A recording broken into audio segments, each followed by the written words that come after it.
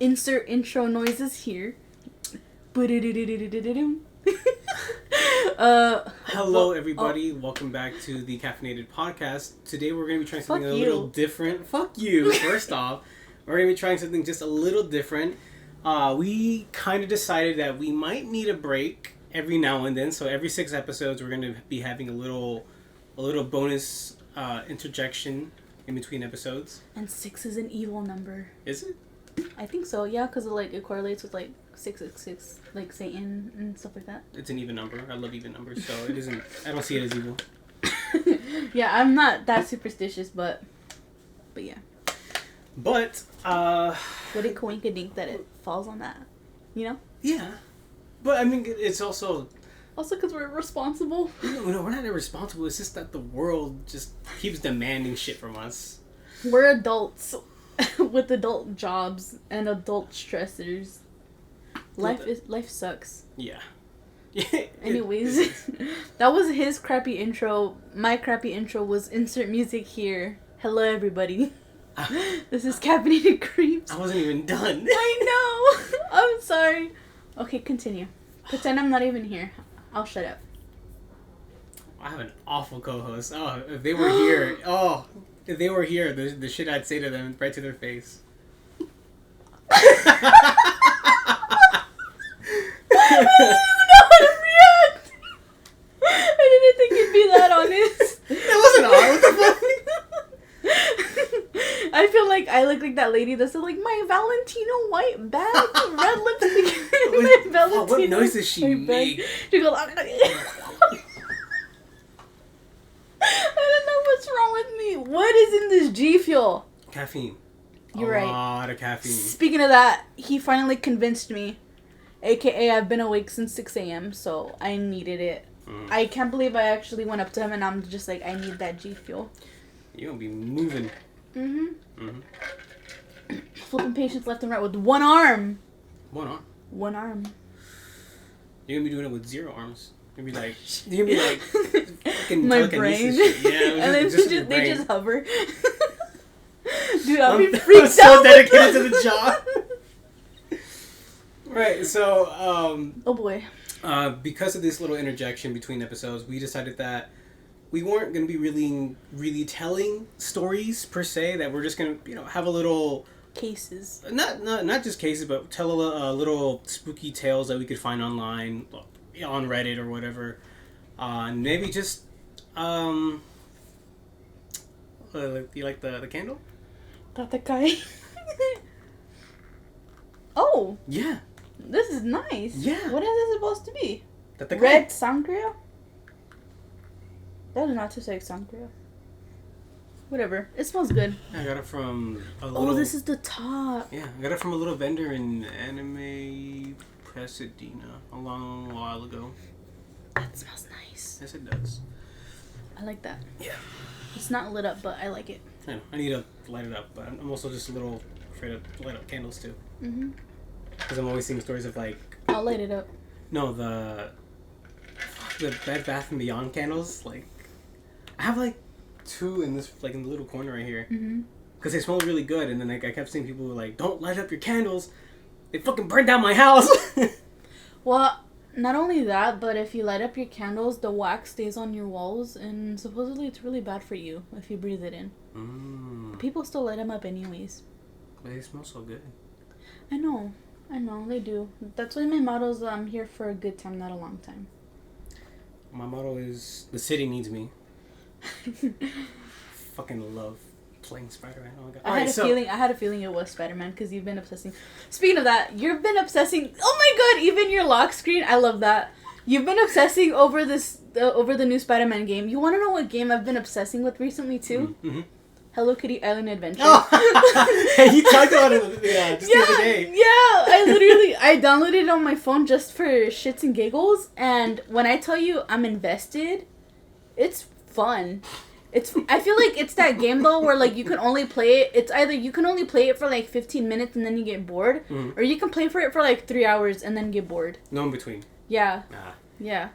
But I'm not in the mood to play it right now. But the other day I'm just you know what? Fuck it, I'll play it. And then I played it on Halloween, and it's Kuromi's birthday, so they were having this cool old celebration there, and like I got so many cool like spooky furniture and like outfits and everything. Sounds cute. Okay. It's nice. It's a nice game. I like it. I think I'd rather just prefer being in a tight costume swinging through New York City. The story is so fucking fun. And like, what's it about? I mean, obviously Spider-Man.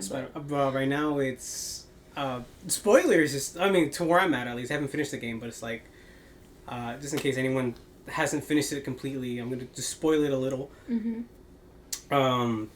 So it's about Peter and Miles. Sort of, Miles isn't really like learning the ropes still. He sort of matured into becoming his own Spider-Man.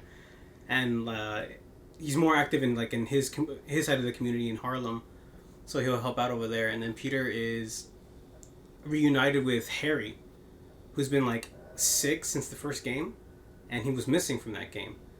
But he comes back. He's like, yeah, a doctor gave me this treatment, and it's the symbiote. But they didn't know it was an alien until like halfway into the game. Peter finds out. Oh wow. Yeah, and.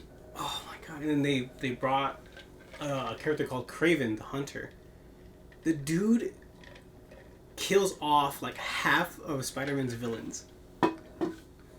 What, like in just one snap or what? Not like in one snap, but like. What's he called again? Kraven. Like E-N or I-N? K-R-A-V-N. Oh wait, hold up. K. You put my bad. K. I can't spell. Oh, he's fine. At least in the... Oh, yeah, that's the guy who plays Quicksilver, yeah. Oh, for real? Yeah.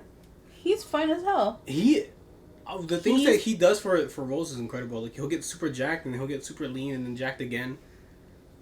Astounding. Aaron Taylor Johnson? Yes! Oh my god, he played Kick-Ass! Yes! I fucking loved him when I was younger. I was like, I'm gonna marry that man. When he got, for Kick-Ass 2, he got super fucking jacked. Dude! And then he had to get lean for Quicksilver. Jesus. Because runners aren't really muscular, they're more lean.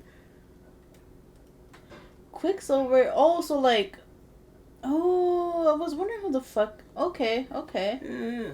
Alright. It's because I'm really bad when it comes to like actors' names and stuff like that. I just keep calling him like Kick-Ass. I do the same thing. Yeah. Yeah, I have yet to see Bullet Train. I've been low-key wanting to see it. I heard it's really good, and I just have not gotten around to see it. I haven't even... I thought Kick-Ass is such a stupid movie, but I love it so much. It's a really good film. Second one was okay. Yeah. But it was also bad Joey timing. King is in... Oh, never mind. It says people also search for it. My bad. But like... I should shut up. That character, Kraven, is like ridiculously strong. Oh my god. And in one of the scenes in the game, like, he kills kills him off... to kill me. Huh? I mean, what? he just grabs people by like the throats, like one-handed. Like he fucking goes high. And he kills like Scorpion like on screen. And then I'm like, holy shit. Interesting. I didn't think he'd be a bad villain, you know? And then as you kind of play through the game, you kind of find out that he's killed some of the other villains. That's like dope. He's held them hostage and make them fight to the death. Oh, that is so cool. Yeah, I guess. But like, shoot, I do the same thing. Damn. His whole shtick is that like he hunts for potential equals because he's ridiculously strong. Makes sense. Yeah. It's kind of like Unluck, Undead, Unluck, whatever. I have no idea. That new anime that came out, with that guy that can't die. Oh, okay. Yeah. But right now, I just got the black suit off of Peter, and he was going through it. Damn. Like, he was almost like... Him and Miles were fighting, and Peter's like, I'm the hero, like, I never get saved. Like, I'm finally what everyone needs me to be. And it's just so sad, like, oh... Like, the voice acting in that game was like... Is my tongue blue? Yeah. I had a feeling. Yeah, because the liquid is black. Yeah. Yeah. That's good, though. I give you props for that. It's actually really good. Yeah. I'm surprised how good this G Fuel is. I'm telling you, a lot of the flavors... And I like the cup even more. Yeah. I'm gonna take it. Damn it. A lot of the flavors are hit and misses, but like most of them. You should give me a list, and maybe I'll buy one. You can try. I could give you a tub right now, which is the Naruto flavor. It's peach. But he ain't my type. No, you know what? But the flavor, peach is pretty good. But the flavor is astounding. How much are you even supposed to put in a cup? Just a scoop? 2 scoops. Depending, if it's like 24 to 26 ounces, 2 scoops. How am I supposed to know that? Well, I know. Oh, it died. Yeah, I told you it only had like a little bit of. The lantern died. It only had a little bit of juice. It also says on the back. Oh, okay. Yeah. Okay, never mind. We good. I haven't even finished the intro. I'm sorry. No. I'm not even here. It's literally the whole point of this little, whatever we're gonna call it. Blame your sister. She texted me. She sent me a ticky tack. Fuck you, Daisy. Nah, she knows I love her. So the point of these episodes were to just have like a little hangout session, tell little spooky stories, something just a little in between for us to have a little cool down, so we don't stress ourselves over taking notes of stories. Grab a drink. Relax. Grab your tea, grab your coffee, grab an energy drink, G Fuel if you're my co-host for today. Damn it, what was... I remember telling you not that long ago, like, I want to try a proper intro. We literally talked about that yesterday. Did we? Did we? I don't know. No, I think it was like a couple days ago. Maybe. And I had it in my head. I think I'll try it for the next episode. Okay. For an actual episode. I feel like we really need to write a script. Have it just like right here? We really need to write a script. At least have that intro, and then we bullshittery, and then we start. And then we have a proper outro. Yeah, we need to write that down. Write that down. All right. So, You want him to go first, right? we don't really care. I don't know. I haven't even read this whole thing yet. I just skimmed through it and I was like, that's long enough. We'll figure it out together. Well, I mean, since it's like a bonus episode, it doesn't have to be like an hour to 2 hours long. It could be like 40 minutes. Yeah. Maybe barely hitting an hour. I thought she was going to come in. Yeah, I thought so too. You know what? It does taste better now that I... Maybe the ice melted a bit. You have ice in there, right? Mm-hmm. Why are they inside? Because it's my room.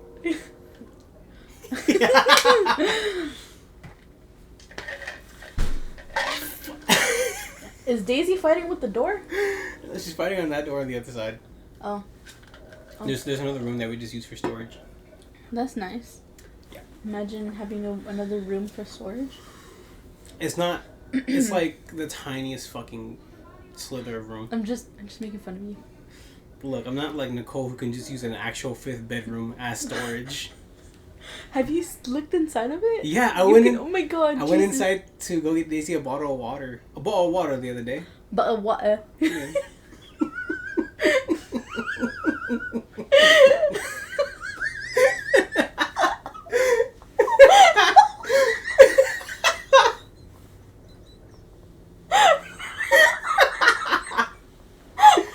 That was great. I don't even think we're going to be able to like tell a story. We're just going to hang out for like an hour and a half and that's it. Okay. Alright, butter tits. Dude, oh no! Remember, wait, hold on. You know the cookies I gave you, right? Yeah. I was literally in the middle of cooking, and my mom's sitting at the dining room table, right? So I can look at her, and she can look at me. Mm-hmm. Anyways, she's opening, because those little boxes. Okay, so I gave Michael a little box waffles, and there's caramel inside. They're called Dutch waffles. And basically, what these things is that when you heat up your coffee or whatever your hot drink, you put the cookie over it because it's like the size of like a mug. Yeah. And then it'll melt the caramel inside, and then when you eat it, it's like gooey. Can I just like break it apart and then just put it in the cup? You can, but I feel like it'll be hard because of the caramel. Oh, that's true. You can try it. I don't know. I tried it and it's really good. My coworkers tried it too. They liked it too. When you described it to me, I was picturing like I've seen a couple of videos on TikTok where it's like people put like a chocolate bar. Well, let's try it right now. Dip it in your matcha. I'll dip it in my G Fuel. That'll taste disgusting. I know it would. Ew. I know. It's actually a pretty big cookie. It's like that big, like the size, like you put on top of a I think a I mug. know like the right cup to use then. Yeah. But anyways, so cause she got like a whole bunch of boxes for some reason, and I guess one big box had like 3 mini boxes inside. Mm-hmm. So she had taken one mini box. She's like, this one and only this one is for butter tits, and she like butter tits, butter whatever, and I was like, oh. Also, that's my name now. So she knows you as butter tits, I guess. If I meet her next time and she actually calls me by that name, that's gonna be. I don't know if I should take offense. No, I feel like the only reason as to why she says that is because we know too many Michaels. Mm. That's why. Because I have my uncle Michael, her coworker Michael, my coworker Michael. Nups works just as fine. But she specifically said butter tits. At first I thought she said butter tips, but no, she said butter tits. Okay. So, yeah. So, I'm assuming you're the favorite. Probably because, I don't know. She hears you all the time. Yeah. You'd be surprised. She's an avid listener of the podcast. She's gonna hate episode 5. Which one's that one? Why are you laughing? Wait. Oh, okay. The one that comes out. The one that comes out tomorrow. After this. The one that comes out tomorrow. Yeah. No, this is. What is it about? This would be after episode 5. Mm-hmm. So, we talked about the White Widow, the 7-7 bomber, and What was she hit it though? I don't remember. It's because I'm telling you, within the first 5 minutes, I was already talking about me getting on my knees. There was a lot of like sexual jokes within. But in the last episode, you were literally talking about a sex dream with Nanami and Bobbins. I'm pretty sure she's used to it already. I've only met her like twice. She told me, she's all like, there's a lot of things you guys say that I don't really agree with, but that's your thing. And I'm all like, okay, that's great. Because like... We are our own people. Because like, I grew up hella religious, so I never cussed. Well, at least not in front of her. And then now she's hearing this podcast, and then I'm cussing left and right, and I'm just like, I do that all the time. It's us being us, like. I know, right? Yeah. This is real. This is me. Camp Rock.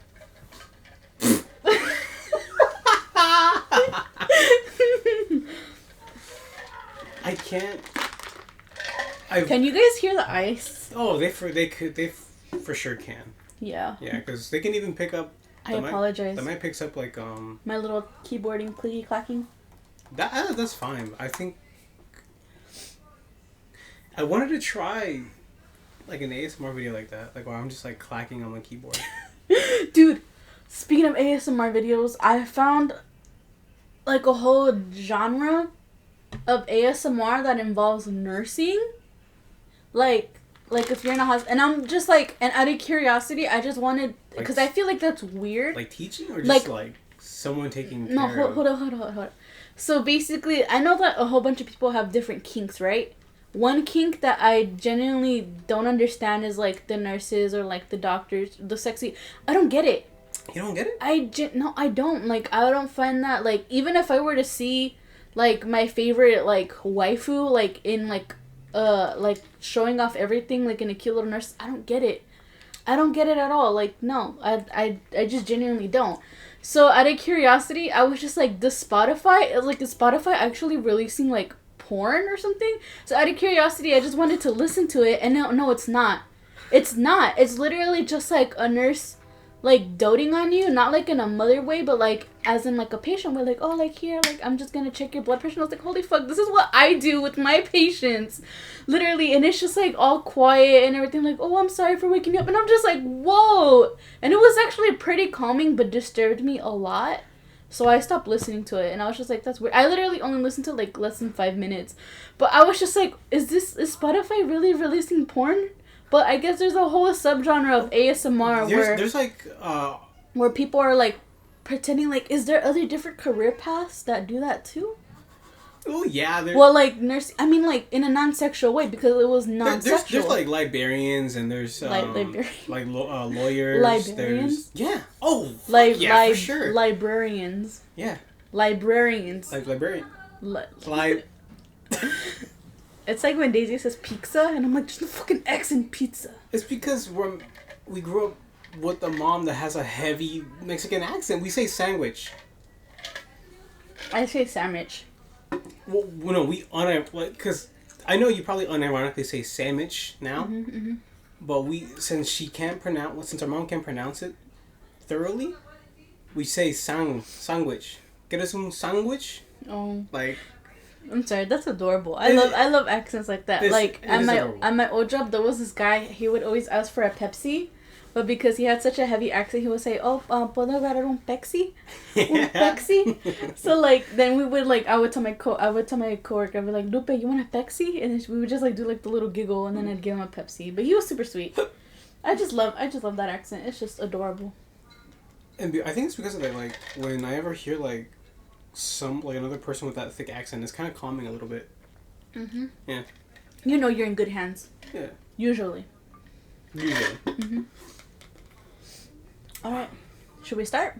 I think so. Yeah. Let's boogie woogie. I think that was the most we ever talked in an intro, because if you go back and listen to episode 1, we are awkward. Oh yeah. Huh? Yeah. I feel like it's coming out more natural now. Mhm. I felt like I was really awkward though because this is actually the first time I've ever been in a guy's room. Not that it's weird, but at the same time I kind of felt a little weird because I was just like, yeah, this is weird, this is new, you know. And now I'm used to it. I'm just whatever. I was literally just tempted, should I just open the door and walk in? Yeah, at this point, you might as fucking well, yeah. Yeah. Should we just flip a coin and see who tells the story first? Let's flip Cyndaquil. How's that even going? Okay, the nose pointed to me, so I'll go first. Okay. Alright, so this story, I got it off of Reddit from is it called the channel? Does it count as a channel? Right here, No Sleep? Yeah, r/no sleep. Yeah, I got mine from there too. Hey, high five! Okay, so the reason as to why I was able to find this anyways is because there's a new indie game that's out. I don't know if so basically they have 3 parts to this game, and they're episodic, and they're horror games based off of real life haunt experiences. So they made horror games inspired by these, and the creator literally tells me, tell me your scary stories or whatever. And I guess he'll try to curate it and make a video game out of it. So cool. The game is actually called Fears to Fathom. I think you've heard of it, maybe? Maybe. It does sound familiar, but maybe just that last part. And I haven't finished watching the whole gameplay because I've been too busy. But basically the synopsis of that game, because there's I think this is the 3rd episode. It's Jack Nelson, a 24-year-old fire lookout, transferred to a new outpost. As he settled into his new home, he couldn't shake the feeling that something was off. Little did he know what was transpiring down in Ironbark State Park. He survived as he made the right choices. So basically, and another thing that's freaky about this game is that if you talk, they find you.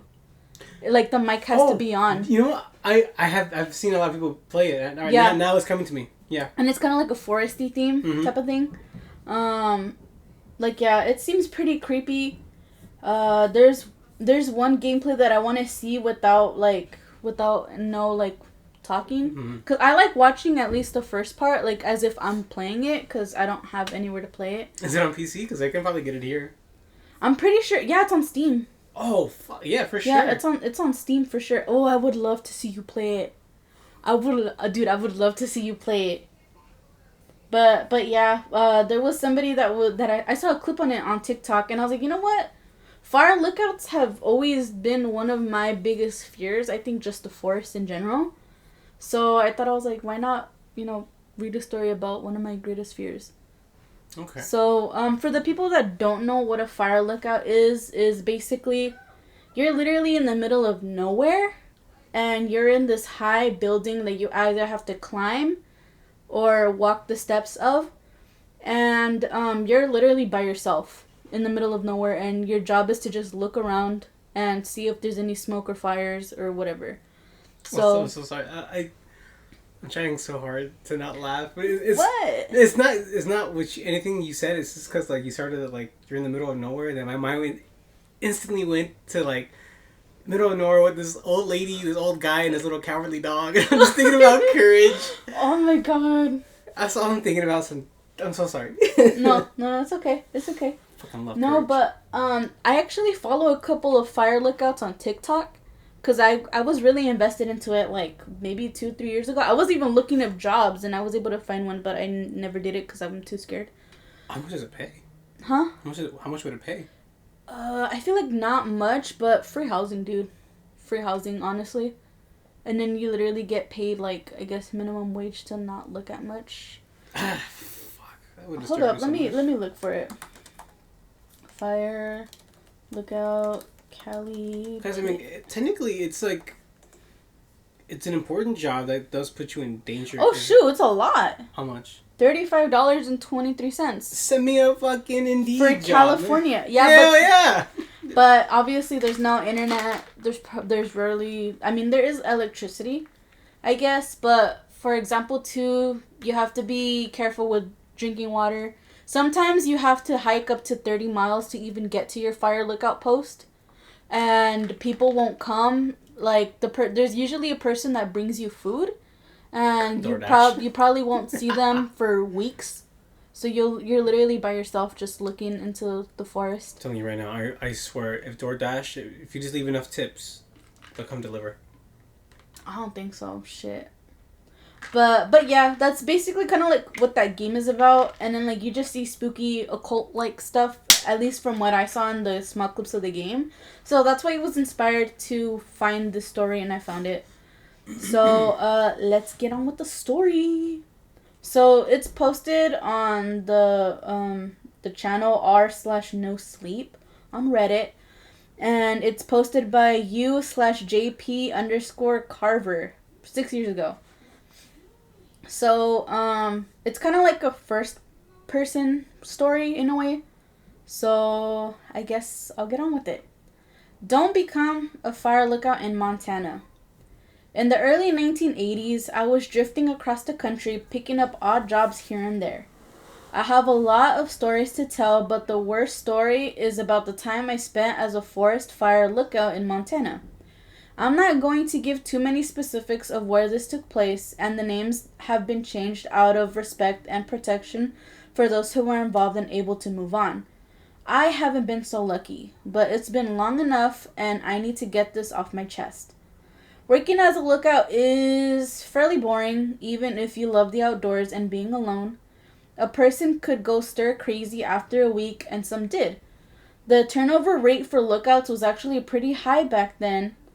The one thing that helped to combat this was the radio. We had one long-range radio for calling items in and giving our check-in report to dispatch, and one short-range radio that let us talk to other lookouts in the area. We kept logs of most things, which makes the writing of the story fairly easy, but the conversations will mostly be from memory, so I'll be as accurate as that allows. It was late in the season, the mornings were becoming chilly, and I woke up with a sore throat. After making some tea on the stove, I started a fire in the heater and sat down to enjoy my view. I could see for miles and could just about make out another tower across the valley. Heavy fog played between the pines, which I hoped would burn off quickly as it made picking out smoke a lot harder. "Hope you're not sleeping in again," the radio squawked. I reached over and picked it up. "Nah, I'm awake, Roy. Getting cold up here, though."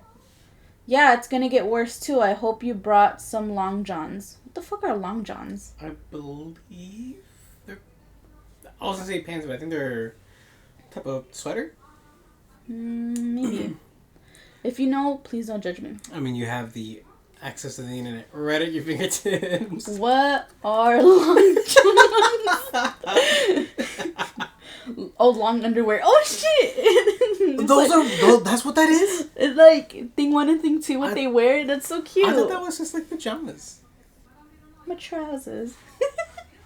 those Yeah, long underwear. They're also called long johns or thermal underwear. Okay, that makes more sense. Yeah. I had some back in the day. No, when I would go camping, like I had some. Alright. Time to go back into narrator mode. Okay. So it said, yeah, it's getting worse too. Hope you brought some long johns. Should be able to survive another week. How's that ankle? The radio played static as he blew out a breath. Still hurts like a bitch, but I'll survive. The trek for water is gonna suck something terrible though. What? Who's gonna suck what? This is the trek for water is gonna suck something terrible though. Oh damn! I need to talk to whoever this guy. Whatever. Oh my god. Okay, this is what the person responds. I told you to call it in. It says yeah, like I told you. I told you to call it in. What? You're gonna do more damage to it. Roy had twisted his ankle the day. What? Can you try saying that in a really thick southern accent? I can't. I told you. I wonder if my uncle has a southern accent now, because he's been living in Alabama for 3-4 years already. You could for sure pick it up a little bit. I think in a couple years. How the fuck? I don't know. Honestly, that's the worst place to live at, especially if you're Mexican. Shoot. Literally, some old lady called the cops because he was talking to my grandma on the phone in Spanish. That's terrible. Yeah, it sucked. Don't live in Alabama. I told you to call it in. You're gonna do more damage to it. Roy had twisted his ankle the day before while making the walk to the outhouse. We teased him relentlessly about it. Nah, it'll be fine. Ain't the first time someone messed up their ankle. Besides, if I give it a few days, it'll be good as new. Yeah, I doubt that. You'll stay off it for that long. My bad, I can't read. Nah, I gotta. Besides, I need to check things out in the woods before our time is up here. Check things? What kinds of things? Does it really just say that? Just notice some strangeness, and I want to know what's causing it. Ain't nothing to worry about. Probably just me seeing things again. Anyways, I'm gonna get my jugs together. You got watch? By jugs, I think water jugs. I hope so. Yeah. But yeah. Yeah, nowhere to be but here. I can't reid. You got Jesus. You got this. Never back down, never what? I'm just gonna look at you next time. I'm gonna be like, I said and I sat back in my chair and listened to static. I feel like static is one of the weirdest things you can listen. I feel like static low-key freaks me out. Really? Yeah, I feel like it just does a little tingling in my ears. Have you ever had those really old TV, the really big, what they had the really fat yes. boxes at the back? Yes, I'm not that young. Oh, well, first off, fuck you. Second off, alright, I know I'm old. I was alive at the time when VHS was still popular. Okay. Okay. Okay, cool. Yeah. Yeah. But whenever you had those TVs are on a static channel, mm-hmm. you could kind of feel that static if you ever put your hand close enough. Yes. To it, right? Yeah. All right. Because I was gonna say it also felt weird too. I know. Feeling that. Yeah. Feeling it on my tips of my finger was so weird. I felt dope. I felt like I was gonna get electric powers. Yeah. I guess I get that. Yeah. Yeah, I love that. Stop. This reminds me of this one time where the TV was staticky and it was a really big TV for some reason, but it was old, those really old big ones. I don't know how to explain it. Yeah.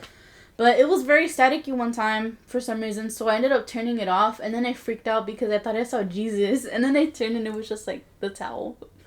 It's just on something. But I thought I saw Jesus. It was either Jesus or the girl from The Ring, I swear to God. I mean, if it was Jesus, he was just hanging around, I guess, again. Just hanging around. That TikTok dude of that one guy. It's like, what you doing here? Just hanging around. Alright, but yeah.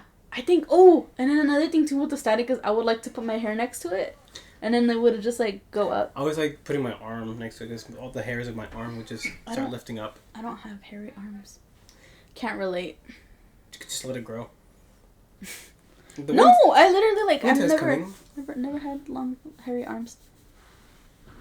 Every time when I see things about Mexican girls being hairy, I'm like, I don't know what that means. I don't know how that feels. They have some really hairy arms. They do. They do. My cousin had used to have like really hairy arms, but she would like shave it constantly. Even my other cousin, yeah, he had hairy arms, and as a kid he shaved it off because I think he was self-conscious about it. Waxing is better. He was really young, and he was really self-conscious about it. But now he's older. Have you ever waxed your pits or something? No, You're too scared? I don't think I need to. Oh, because I remember, I don't know why, I prefer waxing over, like, shaving, because I just feel like, I like the pain. I don't know if that makes sense.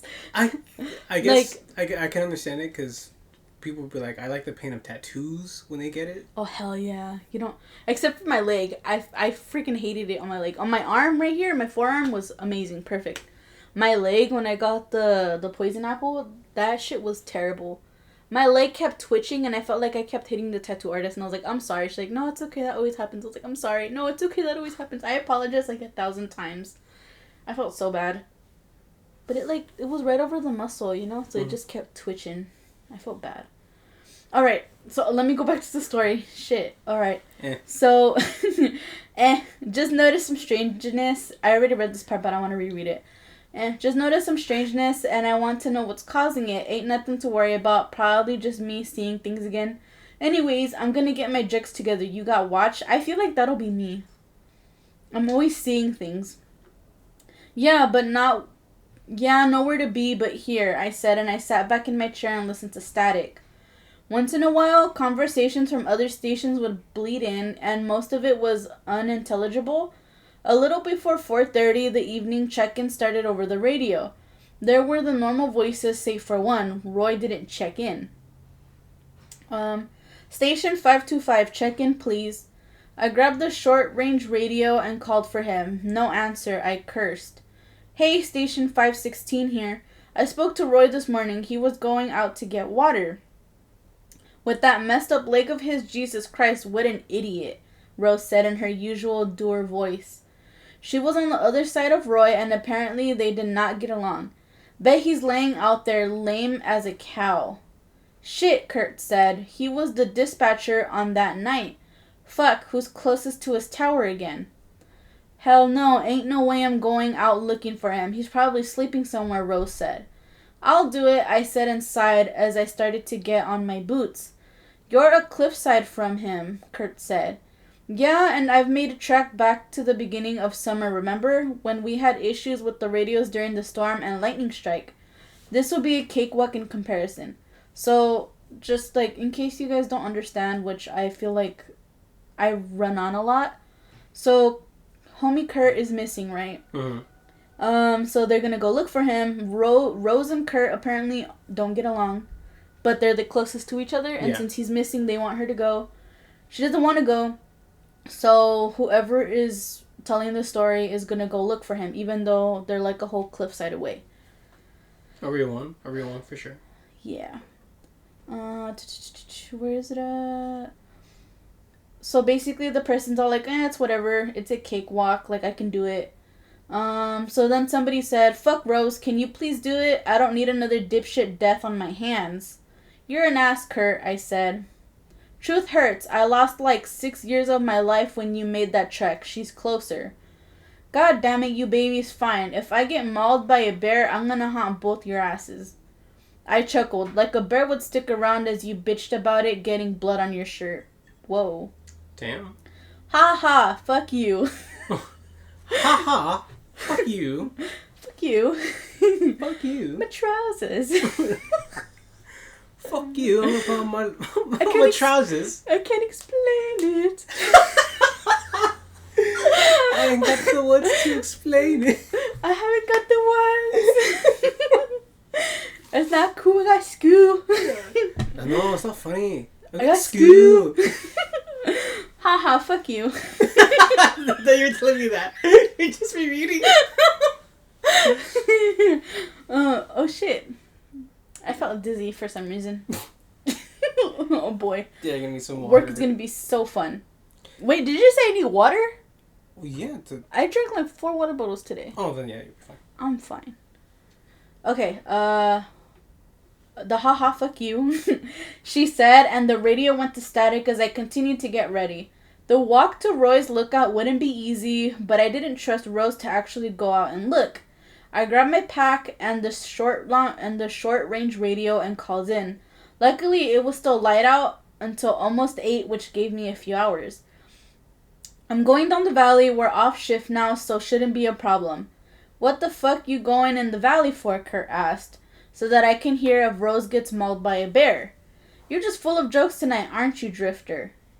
I didn't respond, and after a few minutes she called in that she was going out looking. I left around the same time. It was a chilled evening, the kind that announced the coming of autumn. I dug my light jacket out of my pack and started down the trail. It took almost 2 hours to reach the halfway point between mine and Roy's lookout because climbing down a cliffside, even when it's on an angle, takes some time. I sat down for a water break and pulled out the radio. Anything yet, Rose? I called and received static back in answer. Probably still too far away. 15 minutes and I was back on the trail. The sun was almost kissing the top of the trees when I reached the base of Roy's lookout. I went up the steps calling out his name as I went. When I reached to the top, I found someone else already there, sitting in a chair at the desk. She was a slender woman with red hair tied in a dirty ponytail. The glare she gave me through the window told me exactly who she was. You just get here? What the fuck? What? Oh my god, their vocab. You just get here? I'm assuming it's you just got here. I asked as I opened the door. No, they're probably just using heavy This is Montana. Slang. This is Montana. Oh, yeah. You just got here? I asked as I opened the door. The place was in shambles. She tossed the book she was holding and dropped her hands to her thighs with a slap. She cocked her head and narrowed her eyes at me. Figured it was you and that annoying voice of yours just confirmed it. What the fuck you doing here, Drifter? Do you mean to tell me I hiked my ass across sappy pines and poison ivy and you were coming anyways? You didn't answer when I radioed, I said, and I let my gaze travel the lookout. What happened here?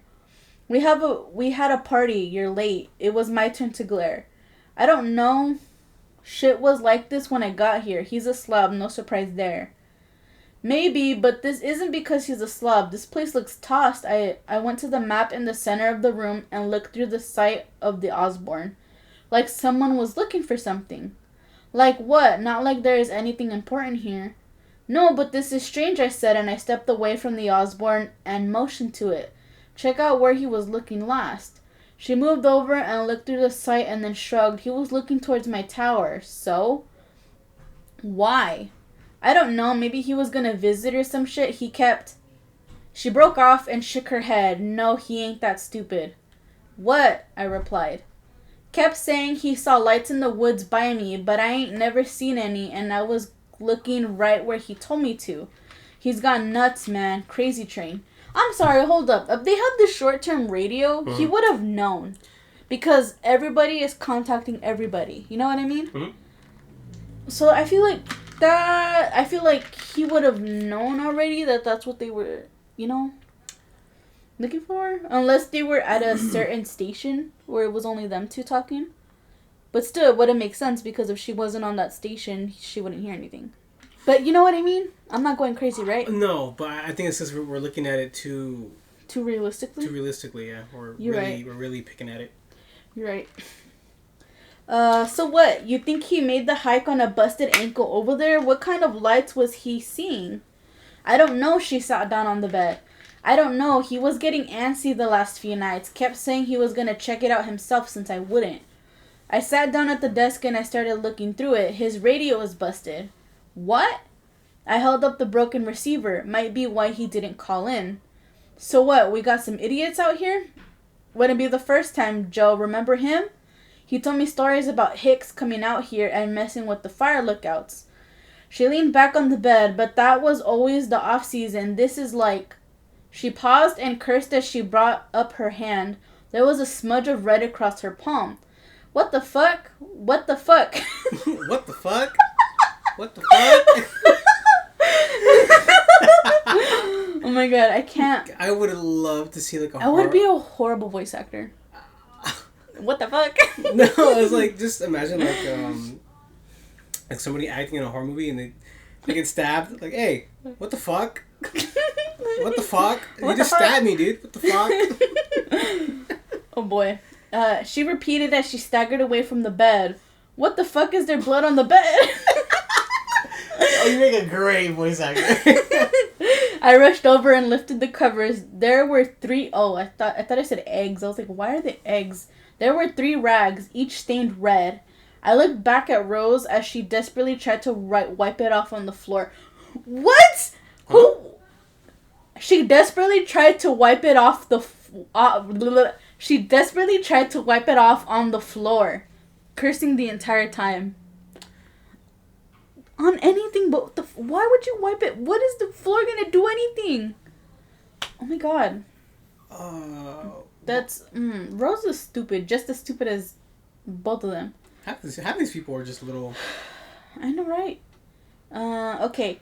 There wasn't that much. Could have easily come from a cut, or Roy wasn't being truthful about how badly he messed up his ankle. It's nothing. It's his goddamn blood. Probably gonna get AIDS or some shit. Fuck. Wow. Okay. No, it was funny because when I probably had read up to here and then I stopped and then I was reading the comments and it said the whole AIDS part is literally what someone would say if they were from Montana. Yeah. And I was like, oh, checks out. Yep. She slapped her hand against the floor and dragged it across again, leaving a long streak of red. Look, I'll go out and look for him. You head back before it gets dark, I said, and I looked out the windows. The sky was mostly clear with only clouds at the edge of the horizon. The moon would be bright enough to travel by. Nah, no way. If you get lost, I'm just gonna have to go looking again. I'd feel safer if you weren't following me, I said with a grin, and she gave me the finger and then dug into her shirt pocket. She removed a pack of cigarettes and a lighter. She lit one. Then you can follow me. I don't really care. We head back to my lookout since that seems to be our best bet. And when we find him, I'm going to kick the old cook in the nuts so hard he's going to spit them out of his mouth. I'm going to need you to carry him out after that. Whoa. I don't know why, but I'm really liking Rose. You were just shitting on Rose a couple minutes ago. I know, but she's my type. Dumb, stupid, but she's my type. Yeah. Yeah. Yeah. I feel like... Who does she remind me of? I feel like she reminds me a lot of Applejack from My Little Pony, but just more vile. I've never seen... Damn. Well, I don't know why you would expect me to be seeing that. I grew up... Applejack is a baddie. Well, like the human version of her. I was going to say that's a pony. No, literally, they have like a whole multiverse of human versions. There's like so many multiverses, like movies. I don't know, man. Look, Okay, hold up. Let me continue. Wait, unless you were gonna say something. No, it adds nothing. Nothing intelligent to the story. Hey, first off, Rose is channeling through me. Okay. Me smart. Okay. Oh boy. Okay. I sighed. We go that way, and we're gonna have to spend the night in your lookout. I got an outhouse you two can sleep in. She blew out a puff of smoke with a grin. You know, I came out here to get away from shits like you two. Was nice and quiet for a time. Then you two showed up and were always gibbering on the radio like two lovers. Don't be jealous, I said as I held out my hand. She took it and I hauled her to her feet. Shut up or I'll shove you down the stairs. Oh wow. That's true love. Ah, now I know why I didn't want you following me. She said nothing as she walked out the door and I heard her stomp down the steps. It was going to be a fun hike. The shadows were long by the time Rose called to stop for a break. I could just make out her tower between the trees, but we were still a couple miles out. She offered me some of her water once she had gulped down some. Thanks, got my own. I didn't poison it, she replied. That thought didn't even cross my mind, but now it did, I said as I got my water bottle out of my pack. She shrugged and leaned back against the tree and closed her eyes. She looked tired, her face smudged with dirt and sap. There was also something else off about her, but I couldn't quite place it, like she was holding back something. I stared at her, trying to figure out the reason I felt that way. Stop leering at me like I'm meat, she said, and I cocked a brow at her when she opened her eyes again. I could feel you. Sure thing. Why was Roy going on about lights in the woods? Probably because we're in the middle of nowhere and only Jenny's for power? What the fuck does that mean? I think they only use generators. They probably call it Jenny's or something. Soy mensa. Yeah. So it's... Why'd you agree? So... Because I said soy mensa and he said yeah. Oh, I thought... My bad. Rude. I heard something else. My bad. Rude. I heard something else. You hear that, Mom? Beat him up. Look, she don't know where I live. She does because she dropped me off here before. She doesn't remember. She will. Nah. I literally sent her address to her phone. Sent your address to her phone. To pick me up. Looks like I gotta move. It's not like she's gonna do anything anyways. Alright, where is it at? Only Jenny's for power, so it's a bit strange. I don't know about you, but I ain't wasting fuel to fuck with Roy. But I didn't see no lights either. He's losing it, told you that. She took a deep breath and then blew it out as she looked east and then sat up. Shit. What? Okay, so she said shit and then the person writing said what? Storm, she nodded over, and I looked to see thunderheads pushing through the once clear sky. Fucking Kurt, he didn't say a damn word about it. There weren't any storms on the radar when Kelly was on station. Well, unless we're going as nuts as Roy, I'd say we better hurry our asses inside before it hits. What about Roy? She stood and stretched. Look, what you want to do? We get caught up in that storm, and there's a good chance we don't make it out. Look at the size of that bastard. It's almost biblical. Yeah, but do you... Really? Do you... do what you like, Drifter. Oh, okay, so the person writing is Drifter. I keep forgetting his nickname. Do what you like, Drifter, but fuck you if you think I'm gonna go out looking for some old guy in the middle of a storm. She started off down the trail, and I looked back at the storm. Thunder rumbled in the distance. We reached her tower, and from its clearing we could see the storm rolling across the valley. Rain fell from it like sheets, obscuring the forest of pines and fog and lines. It was slow-moving once it hit the valley, but it wasn't exactly a good thing. It would take up most of the night. I decided and hated myself for it that we'd look for Roy once it blew over. Rose argued for a few minutes, but let me into the tower after I pushed my way in. She snarled at me like some rabid dog, but said nothing more. We started to hunker down, boarding windows that we could and securing the door. The storm hit like a sheer wind, with tower rocked and danced to the music of thunder and rain. The little light in the center of the room struggled to stay on, and Rose started to get out the lanterns. Fucking Roy, she said as she placed the lantern down on her desk. Don't they do psych evaluations or some shit, letting a crazy ass up here like him? What, didn't he think... Oh, wait, hold up. What did he think the lights were? What, she replied. Why did he care so much? What did he think they were? She shrugged. I don't know. He just freaked out about them. Why do you care?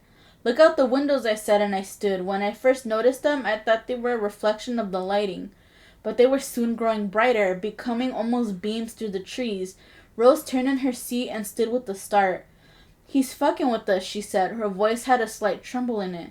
That's gotta be it. He hooked up some lights or some shit. In the middle of a storm, I said, and practically pressed my face against the glass. I'm sorry, that just the imagining, just like putting your face breathing again. Hard on the glass. I would be freaking the fuck out if I did that, and then some face would pop up.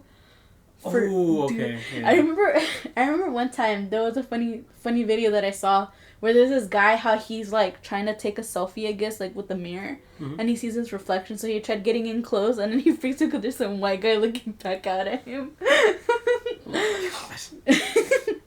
I think about that video like all the time. Okay, so in the middle of the storm, and then pressed face against the glass. The lights were moving far too quickly to be someone running in the woods. Whoa, dude, I would be freaking the fuck out.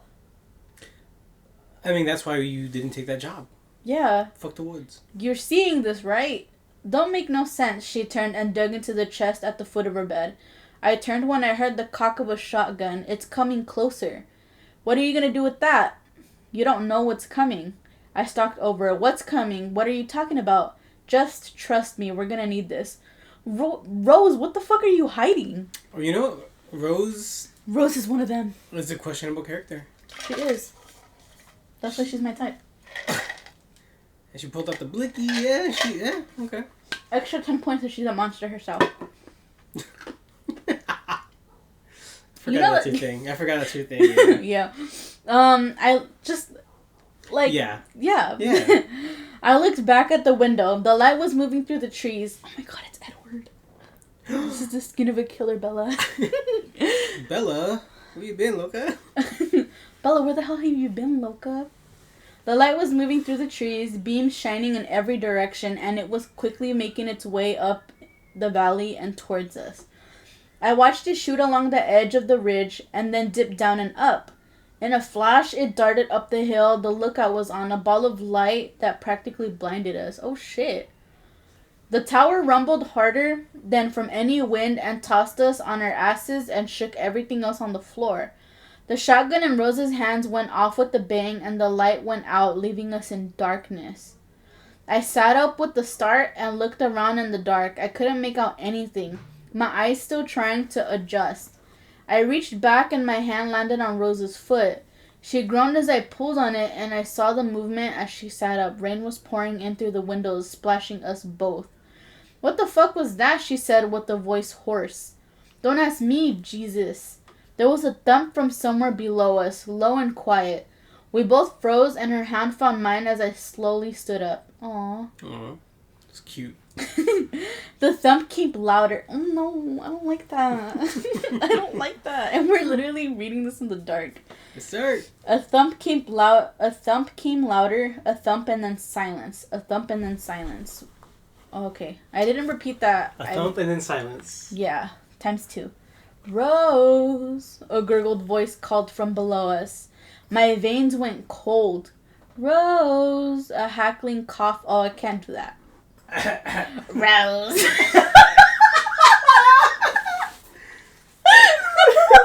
You know what? Wait, hold on. Let me smoke a pack of cigarettes and then I'll recite this again. I appreciate the effort. Just Rose.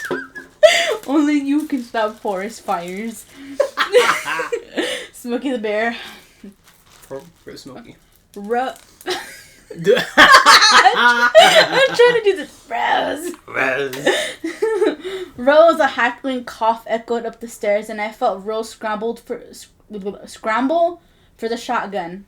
I went for one of the lanterns and turned it on. Who the hell is that? What the hell is going on? I said, and I flipped the light on as I turned to Rose.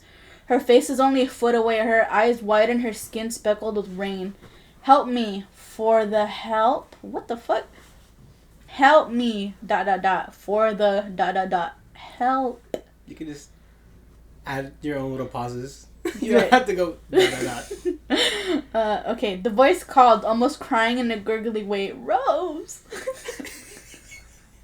That sounds like Roy. I said as I went to one of the windows. That don't sound like fucking anyone. You know what? You're right, Rose. I'm on Team Rose right now. She's a bitch, but she's smart. I don't know. I feel like they're both making like terrible decisions. They're both stupid. Yeah. How the hell did they even get this job? Jeez.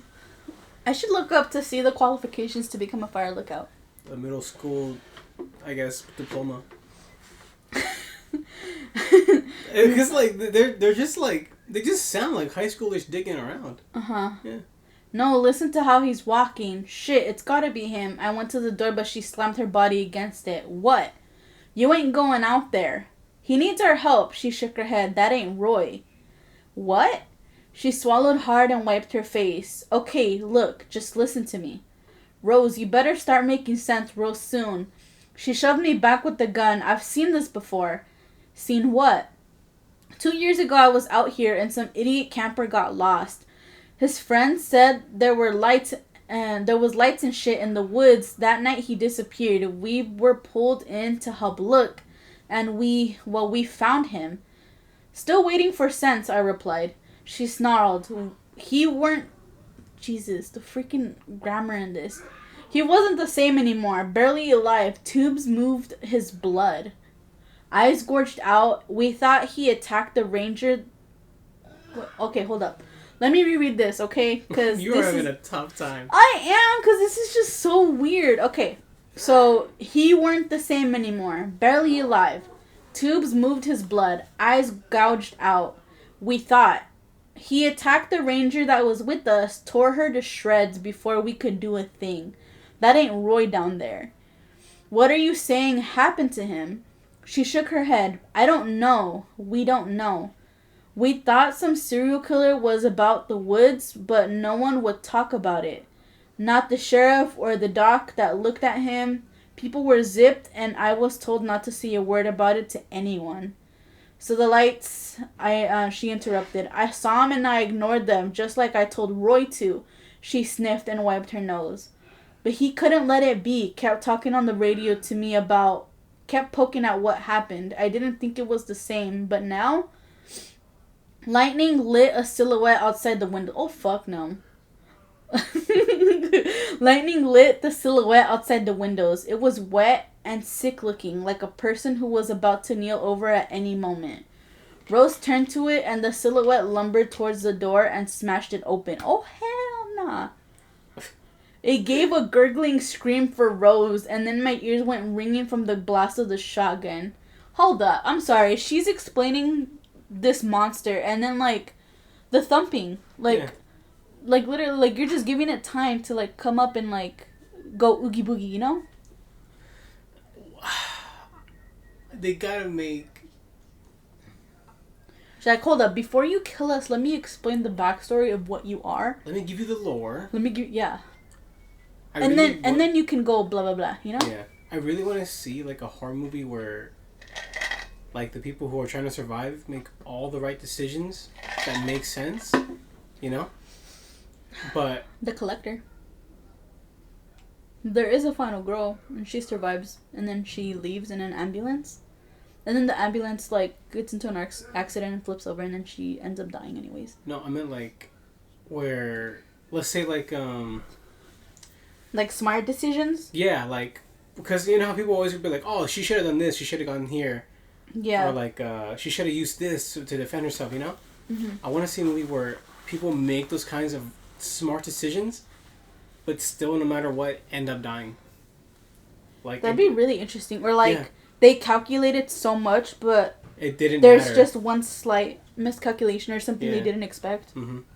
That would be cool. It would be. It would be. I think that would be more terrifying. Or maybe there's already a movie like that, but we just don't know about it. Like maybe it's an indie film or something. Most likely. I mean, I think that's the more terrifying premise of a horror movie. That you could try your hardest and be the smartest in the room, but that slight human error of a different person can completely knock it down. Yeah. That would make a good horror movie. You're right. Okay, so, alrighty, so there was a gurgling scream, and then Rose shot this person, right? It didn't go down. She fired again. It stumbled, but still made its way towards us. She fired once more. I'm sorry, but fire lookouts are hella tiny. They're like as big as your room. Really? Yeah. Hell no. Literally, like, how the hell was this able to happen? Anyways, she fired once more, and the blood splattered us as the silhouette finally dropped down at her feet. It was too dark to see much of anything, even with the lantern. But I saw the jacket the silhouette wore. I remembered it from when I first arrived at dispatch and met the gray-bearded man who was gearing up to head for his lookout. It was Roy. Damn. Morning found us both wide awake and staring at the body before us. It was almost like a horror show as the light crept through the windows, illuminating the floor and the body at our feet. It was Roy. But it wasn't Roy. Large tube. Things traveled down his neck. The ribs showed under the red and white skin. His jaw was slack, teeth missing, and his tongue was twice the normal size, sticking out almost like a dog's. His clothes were... What? I said ew. Oh. His clothes were torn, rags basically, in most places. He was bald and his beard was gone, shaved smooth. I couldn't take my eyes off of him. Morning check-in. Let's hear it, guys and gals. You all alive after that storm? The radio squawked, and Rose and I looked at each other. It was Kelly. Station 516 and 532. We need a check-in from you big time. Kurt has been pissing his pants since last night. Give the lad a break. What do we tell him? She asked and looked over to me, her eyes red and bruised. I mean, what do we... And then the person, like, writing interrupted. I don't know who told you not to tell anyone about the lights. Government types, she replied. I don't know. They just made me sign a bunch of papers and shit. Told me it was a serial killer working in the woods like we had thought. But I I stood up slowly and stepped over Roy's body. I tried not to step in his blood, but it covered the floor. I picked up the receiver. After a deep breath, answered, "This is Station 532. I'm here with Rose. Storm cut me off last night." "Well, damn, kiddo, we thought you were lost too. Rose didn't try to shoot you when you came over?" I laughed a little bit. It was forced. "Nah, she's been a good host. Didn't even make me stay in the outhouse." "Good to hear. You find anything about Roy?" He didn't make it." "Shit," they replied. "Yeah, Storm hit before I could call it in. His body..." I looked down at the corpse and shivered. "It was a bear attack. Wasn't much left." "You gotta be kidding me." "Shit. Well, at least we got people here already to help." "People?" I asked and looked over to Rose. She sat up, the gun clutched to her chest. "Yeah, Storm did a lot of damage last night and we got some government helpers here.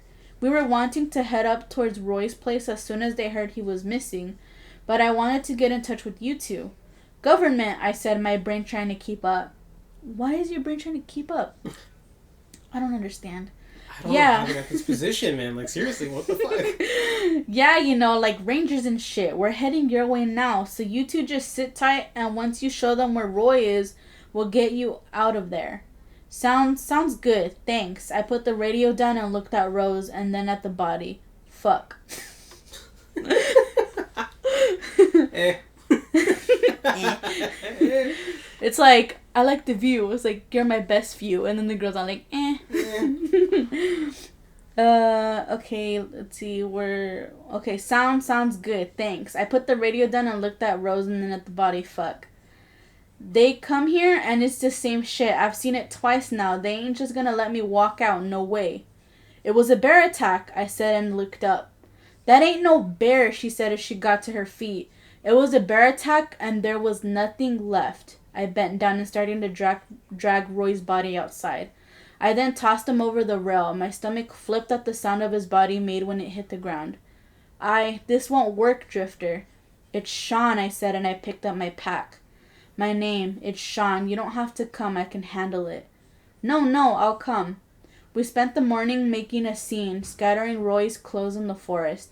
We burned his body and buried what was left. It took time, and when a group of men and women showed up at the head of the trail, Rose and I were wiped out at the bottom of the steps sharing a cigarette. "It was a bear attack." I showed them where, and while the most strict of those groups seemed dubious, we were led out the forest. They asked us about if we'd seen anything strange, any lights. We laughed, told them it was the middle of the forest. Where would lights come from?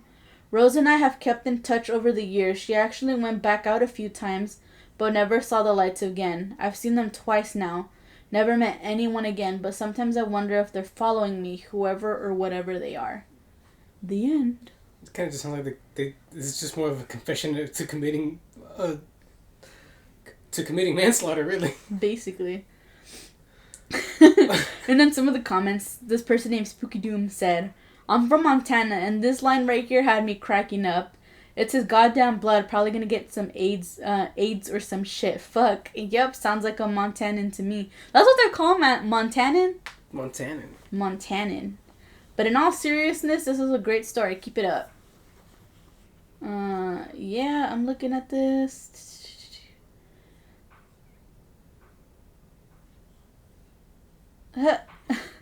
Quick note, picked up the receiver. So what do you think the lights were? Oh, and then somebody fixed it. Okay, somebody put, "My grandfather and grandmother lived in a small valley in the countryside in Washington State, away from bigger cities. Before he passed, I went back to spend time with them for a couple weeks. He kept going on about a strange light coming from up the mountain across the valley from their house. I've always thought of him as an honest, science-minded guy, but when he talked about those lights, he had this faraway look about him, as if he knew it wasn't just a human-related anomaly. We tried to drive up there once. A lot of stuff was blocked off. It was fun because I was spending time with my grandpa. I know he didn't have much time left, but as I looked back on it, I'm sure there was something more, and I guess I'm glad we didn't find it." Oh, right. Somebody else commented, "I love the calm repeating in sentence of 'it was a bear attack.' It was like very well played." I agree. What do you think about it? It really just sounds like, at first it started spooky, right? Mm-hmm. Like, maybe there's some sort of entity that a mysterious entity just out there. Mm-hmm.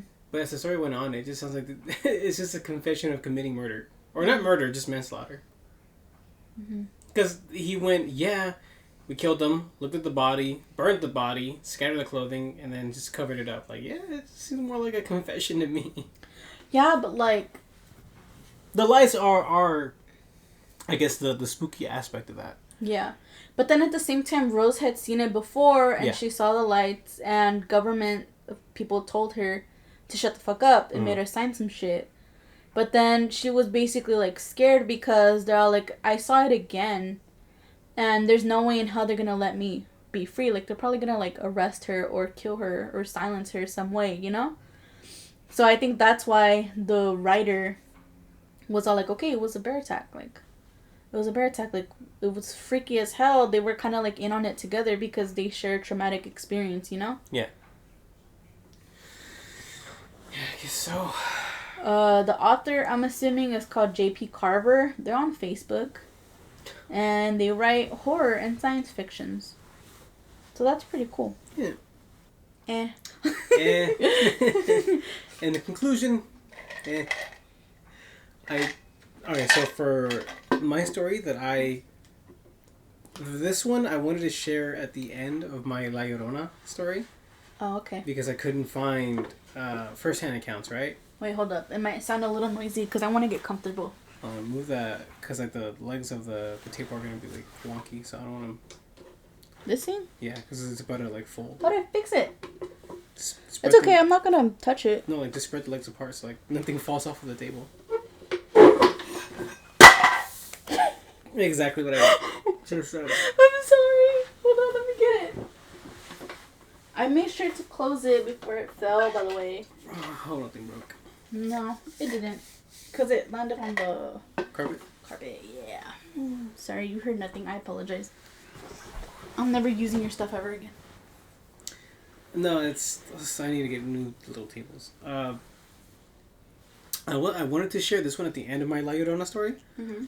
But... as I was reading, I didn't read all of it. I more like just skimmed it, right? Mm-hmm. And I was like, this isn't a really first-hand account. It's more like a story that someone was just really telling.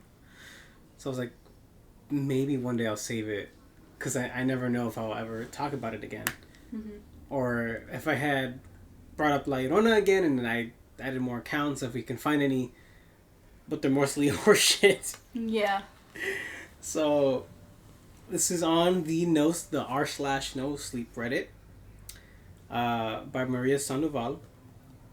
Nice. And this is just titled, Have You Ever Seen La Llorona? A lot of people don't get this about the desert, but it's not the heat that is dangerous. It's the water. You can be playing in the arrow on the sunny day, not a cloud in the sky, when a rainstorm in the mountains sends your death... Wait, what the fuck? God damn, can people just not use right grammar? Can you talk a little bit louder? My bad. You can be playing in the sunny day, not a cloud in the sky, when a rainstorm in the mountain... Okay, there's supposed to be like a period right here. My God. When a rainstorm in the mountains... They're just run-on sentences, huh? Yeah, a lot of it. Flash floods are no joke out there in the desert. That's why I always thought La Llorona was such a popular tale for adults to tell children. It kept them away from the water. If you never heard of La Llorona, then you never grew up in a Latino family in the Southwest. She then basically goes on to just tell like the whole story of La Llorona, which I'm not going to really... The gist? Yeah, just the gist. So I'm not going to really cover that part. She killed her kids. Yeah. Terrible woman. Because her husband cheated on her? Mm-hmm. So that's basically that's the gist of it. Yeah. But then, she now roams the earth looking for her children that she's never going to find. Yeah. Yep. Like many people, my teenage years were spent in a desperate scramble to get acceptance from my peers. I was largely unsuccessful. I was a good kid, though. I just sometimes made poor decisions due to my desire to fit in. The poorest decisions I ever made were because of Brian Allen. Brian Allen moved to my small town from Washington State that alone would have made him a desired commodity. as we didn't get too many new kids.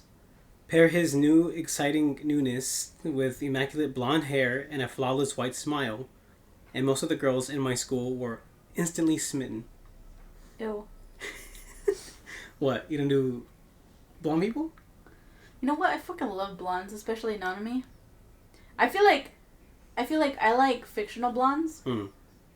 But I feel like blonde women in real life are dope. Blonde men. That's okay. In real life, yeah. What a weird. You know what? No, I fucking lie. Ross Lynch, whatever his name is. The guy from Austin and Alley?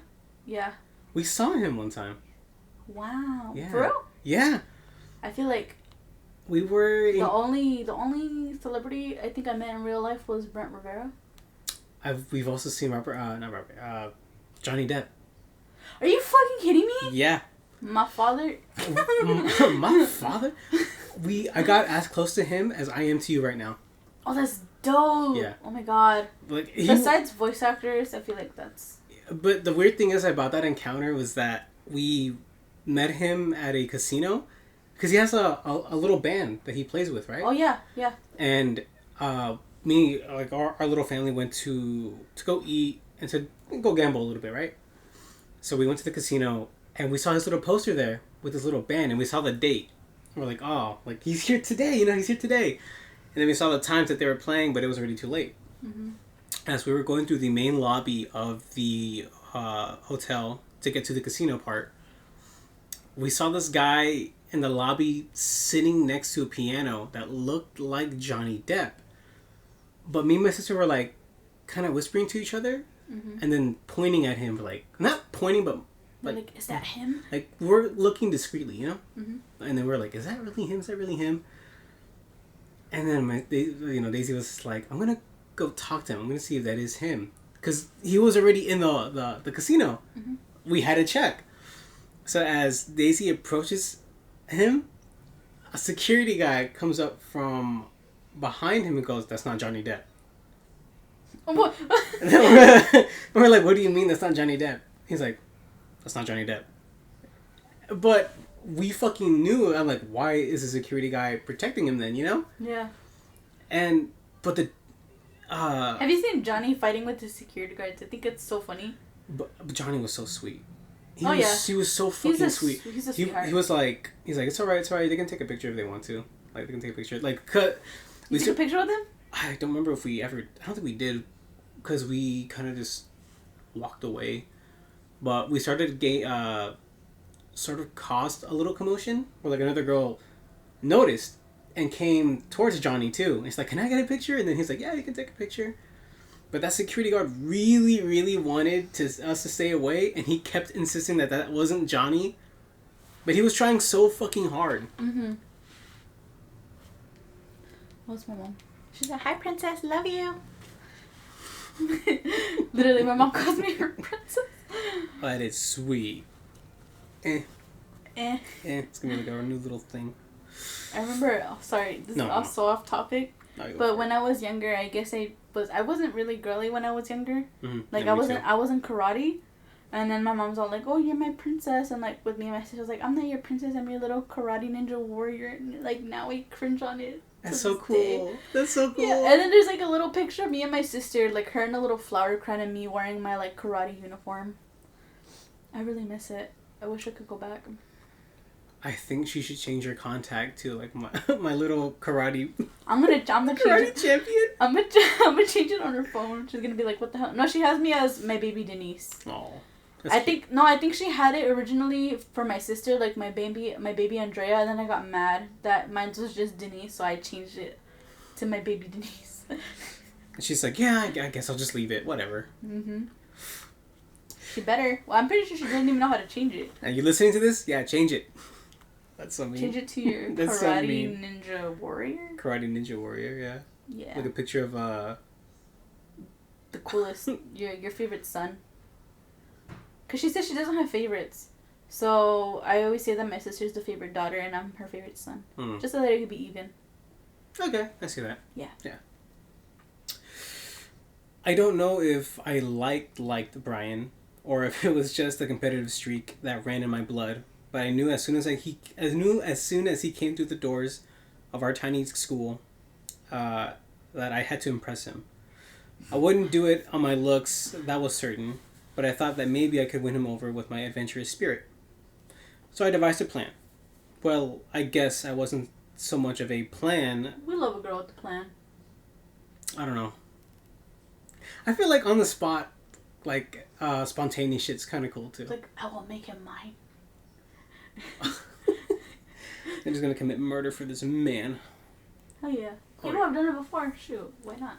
Fuck. I mean, no, I'm just kidding. I don't condone murder.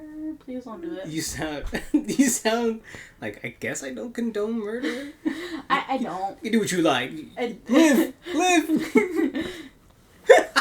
Be free. Be free. I'm gonna steal this, dude. I really love it so much. It's just like a great, like, little, like... I know, I really want one. Where'd you get it? Oh, fuck. I think it had to be... Not Expo. It might have been Pasadena. Dude, I'm gonna keep an eye out for... Okay, off topic, for the people that don't know, Michael has a Cyndaquil plush on his couch. So I always hug it. Or sometimes we switch hugging it depending on who's saying the story. But I want one so bad. It's so cute. Because it's like really, really furry. It's adorable. Honestly, I really hope... I was kind of hoping that he would have had, like, little flames in the back. Oh, that'd be dope, like, his too. little... Yeah.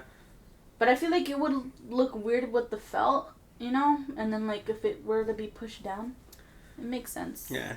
I guess he's just fine the way he is. I mean, you can make your own fire and then just sew it on him. But yeah. He's perfect just the way he is. Isn't that right, Cyndaquil? I need the Pokemon company to make that. You know how they have like the life-size scales of Pokemon? Yeah. Like, I need one of, like, all the evolutions to Cyndaquil. I want the Lucario one. Isn't he, like, 4'11"? No, he's, like, 4'2", 4'3". Oh, fuck. Almost as tall as me. I want one so bad. Probably with my tax return. I'll fucking buy him. A responsible purchase. He's like 500. Dude, he's like $400 or $500. I really, really want him. I feel like I really, really want him so bad. You know what's a weird purchase that I really want to buy, but like I would have no use to ever use? What? Kingdom Hearts vinyls. Ooh. Like they came out with the soundtracks and scores to 1, 2, and 3. That'd be perfect to like hang up though. Yeah, but I was like, I would really love to play them. I don't have a fucking like record player anywhere in this fucking house. You can get one for Walmart. I know. Up there. Yeah, I could. But it would just look so cool to have, and yeah.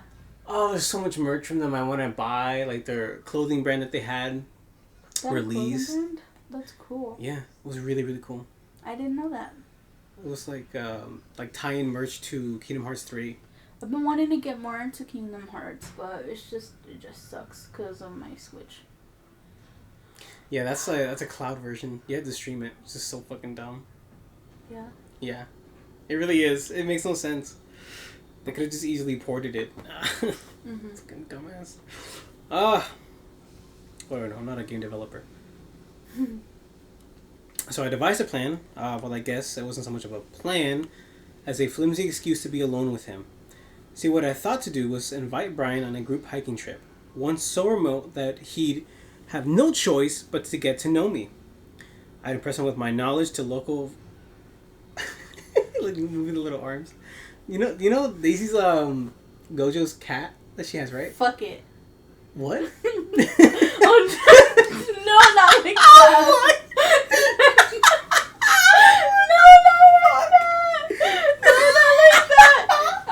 Gojo, that's what I meant. Please, no. Please, no, that's not what I meant. No. I was just gonna say, I like making it make biscuits.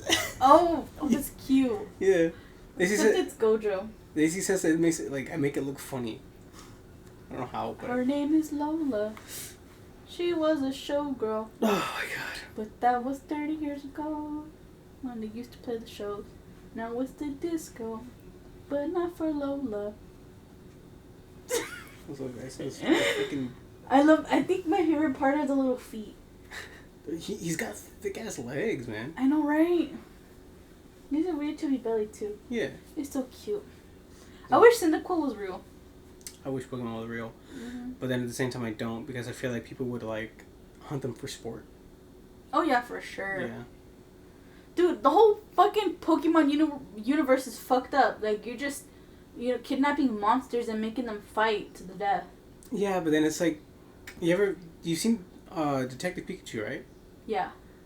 Like, I fucking love that movie. I think that would also should be like what the real world would look like if we did have them. Mm-hmm. Like, some of them are like chilling in like people's houses and yeah, like they just make great company and shit. I think that would also be what it would be but like. But humans are cruel. Yeah. Humans are cruel. We don't deserve Pokemon. No. We don't deserve animals. I deserve a Cyndaquil. I think it would be pretty cool. I would love a Luxray. Please. They're so cute. I think a Togepi. I'd be allergic to them because they're cats. I mean, they're... Okay, yeah, that's they're true. Cats. There's not like one normal animal in that universe. Eevee. Eevee... Before they evolve. What is Eevee? Eevee's like a fucking... I would consider it like a dog. You would say dog, but a dog raccoon type of thing. No, there's already like a raccoon. Like a dog bunny mix. Bunny? No, not even close to a bunny. Baniri's really cute too. Yeah. I would love Baniri's a normal Pokemon, right? Yeah. Kinda. Like, there's obvious like inspirations of like, oh, that's clearly like sort of a bunny, but not really. You wanna know what I find disturbing? When there was artists that would literally would draw like cooking videos as if you were actually cooking a Pokemon. I thought that was freaking weird because they were just unpeeling a Pokemon because it was like a grass type, and I was just like, whoa, don't do that. Like, I'm telling you, if they were real, some people would do it. Yeah, like I stumbled across TikToks of people eating crocodiles, and then I say ill, but at the same time, like, what's the difference? We eat like chickens and cows. Crocodiles aren't that weird to eat. There's like gator jerky. I know. I've had that before too, which is kind of weird. And camels and frogs. Ostrich burgers and everything. Even bugs. We eat bugs. It's wild. Well, I don't, but like. Personally, not me, but. Yeah. Well, I mean, I have eaten a locust, but that's it. That's disgusting. I know. I was supposed to get $100 because of that, and I never did. Did like a Theo or Thea ever tell you to do it or what? Yeah, from my church. Oh yeah, that's where you should have known. Next time I'm gonna demand the money first and then eat it. I had a Theo who was like, I have this habanero. I'll give you $50, eat the whole thing. I didn't do it, obviously. Oh. He has a high spice tolerance. At least give you $25 for eating half of it. Shoot. I was like, can I get something for half? He's like, no, gotta eat the whole thing. Damn. I was like, I'm good. I choose life. I was really young. Yeah. I was way too young. Makes sense. I'm so sorry I keep interrupting you. I apologize. I have no idea where I'm at. Okay, so girl trying to impress... I see. Okay. Girl trying to impress this boy with her wits instead of her looks. I guess she can admit that she's not physically attractive, maybe? But she's all like, you know what? Bigger brain. If... Gets the boys. Oh, no. I'm not. What's the fuck quote from The House Bunny? I was like, all those girls are boob, no brain. It's such a good movie. It's really funny. I'd impress him with my knowledge of local flora and fauna and show off my outdoor skills in the process. Boys from the Pacific Northwest like that kind of thing, right? Oh, and also, everyone else in the group would cancel at the last minute. It would just be me and Brian. Basically lying to him, saying that, oh, we're all gonna go do this thing. To say that, oh, they all canceled last minute. It's just gonna be us. Have you ever done that? Not intentionally, no. I've had hangouts with friends where we all did plan something, but they really just did call off last minute, so it ended up being me and somebody else. Mm-hmm. So it was an unintentional thing. It could happen, but it's fucking rare. I think it's happened before too, but not intentional as well. You would have to be crazy to do something like this. I feel like if you had the good amount of friends, you could be like, hey, I want to do this. Mm-hmm. Like, let's just pretend we're going to do it, and then y'all cancel last minute. No, but you could also be like, go, and then make an excuse, and then leave. That would be just a waste of gas. Have I done it for somebody? I think I have done it for somebody. Where I have gone and then I just leave last minute. Probably. I did something like that for Marky where... Marky poo? Yeah, my little Pookie... my little Pookie bear. Does he listen to the podcast? I have no idea. I think he listens like the first episode and that was it. But I'm gonna have to cut it out just in case. But he texted me like in the middle of my shift. Mm-hmm. He's like, "Hey, I need you to call me right now." I'm like, "Fuck!" So I called him. I'm like, "Hey, what happened?" He's like, "Oh, nothing." I'm like, "Dude, what's going on? Like, what happened?" He's like, "Oh, like nothing." Like, I swear, nothing. He's like, "You got me covered. Like, don't worry about it." And then he hung up. Mm-hmm. And I was just texting him like, "Are you sure? Like, what the fuck happened?" He's like, "There was some dude on my stream just chatting. And he was like, it was really weird. I was uncomfortable, and I needed a scapegoat. So that's why he texted me to just call him." Oh, I've done that before. Yeah, so I've done that before. So he was just like, "Oh, my best friend needs me for something. Mm-hmm. I'm just gonna hang up. I'm gonna end the stream, and I'm just gonna call into the call." Mm. I'm like, "Oh, okay." I'm like, next time, I'm like, we need a phrase. Yeah. To use. So I'm like, all right, we'll use this phrase in case you ever need to do that again. Because it freaked me out. I've done that multiple times. And that's sad. Yeah. I mean, it's good to have, like, key phrases. Like, me and my friend, Eric, or H2K, back when we used to really, play a lot, like on PlayStation or whatever. Oh, that's nice. we would have a code word or a phrase that would just be like, "I really want Fruit Loops right now," or like, "I'm craving Fruit Loops." Yeah. It's like in case anybody walked in and we couldn't say something specific. And my fam is pineapple. No, we were like, it has to sound somewhat casual but out of place too. Yeah. Yeah. No, I think ours is pineapple because we never buy pineapple. And if we do, we say piña in Spanish but if we say pineapple in English, we're all like, okay, it's serious. Speaking of piña, I cannot wait for tamales. Like tamales. Technically, this is tamales season. Yeah. But we're gonna be entering another heat wave, so it makes no sense. I know. I feel like I hope it's not too hot on the weekend. Cause I'm gonna be dying. It'll be like 80s, like low 80s. I'm in full on armor.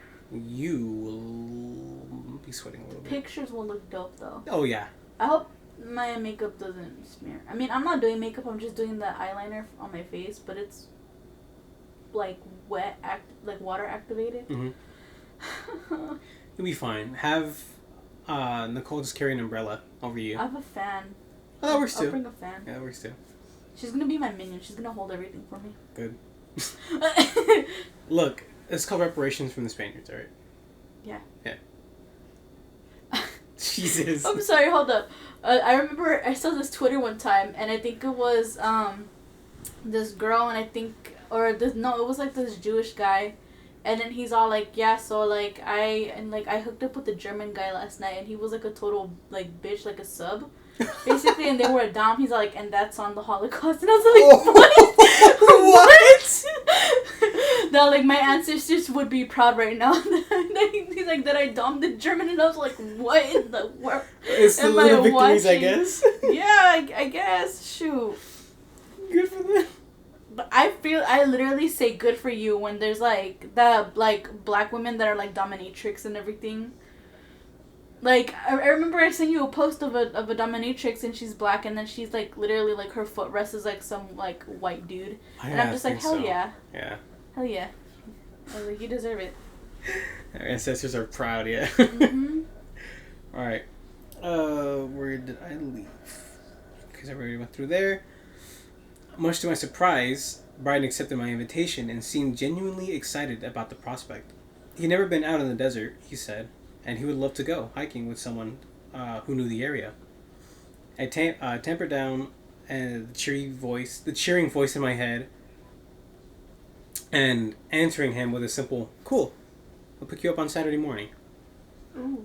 Yeah, I was smooth with it. That's right. Mm-hmm. Pick him up. I knew the perfect place to take Brian. A shady little section. Whoa! Whoa! Went from smooth to creepy as fuck.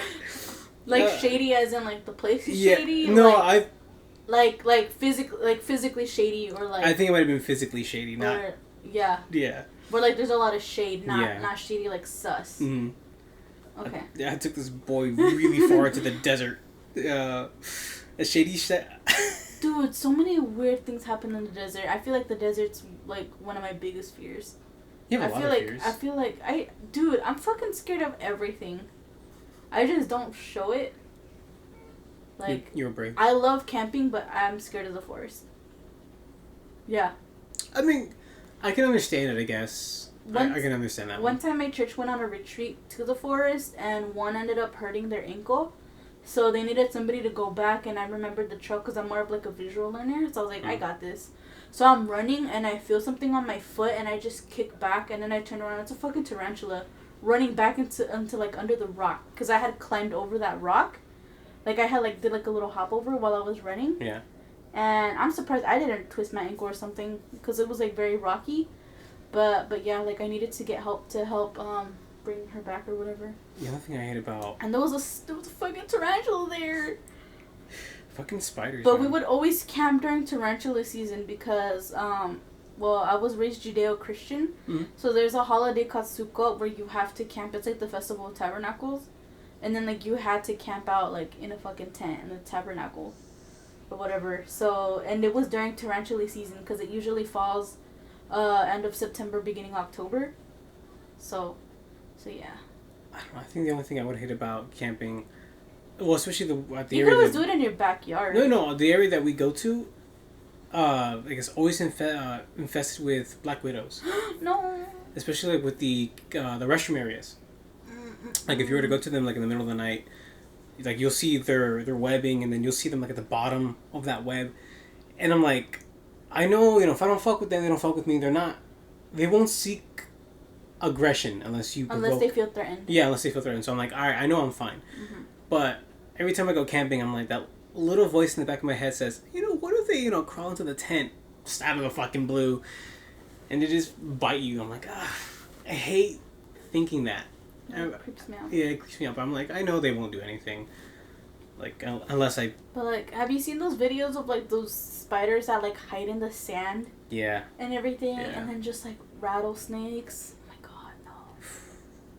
Cacti are cute. I like cacti. They're dope. This is why I stay inside. This is why I am protecting New York City. You're right. Because And we're in California. Oh, yeah. Yeah. Which... Make that make sense. Well, I'm Spider-Man. That's the perfect sense. Peter. The horse is here. The horse is here.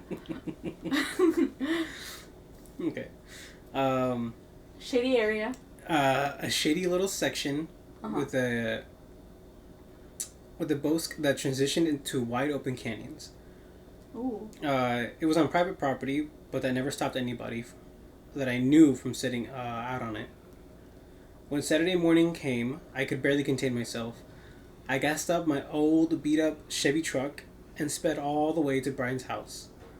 He was waiting outside of his door, comically overdressed in his hiking boots, a long-sleeve shirt, and white-brimmed safari hat. He was confused when That's adorable. A little bit, yeah. Yeah, dude's excited to go out. Yeah, that's me right there. He was confused when he saw just me. I shrugged my shoulders half-heartedly at him and explained the increasingly elaborate excuse for why my companions had not been able to join us. He didn't seem to care, though, and gladly hopped onto my truck. Brian was talkative and animated as we drove to our destination. It appeared as if I guessed right, he was indeed an outdoorsman of some enthusiasm. He paused his stream of excited conversation as we pulled off the main road and onto a rugged dirt trail. Caution, the sign read, high clearance vehicles only. He stopped speaking entirely when he passed. Oh, so that means it's like not only a private property, but like hella private property, you know? Yeah. Like I'm thinking, oh, maybe somebody owns it or whatever. Like no, like that sign just shows like, yeah, you shouldn't be in there. Shouldn't really enter that place in general.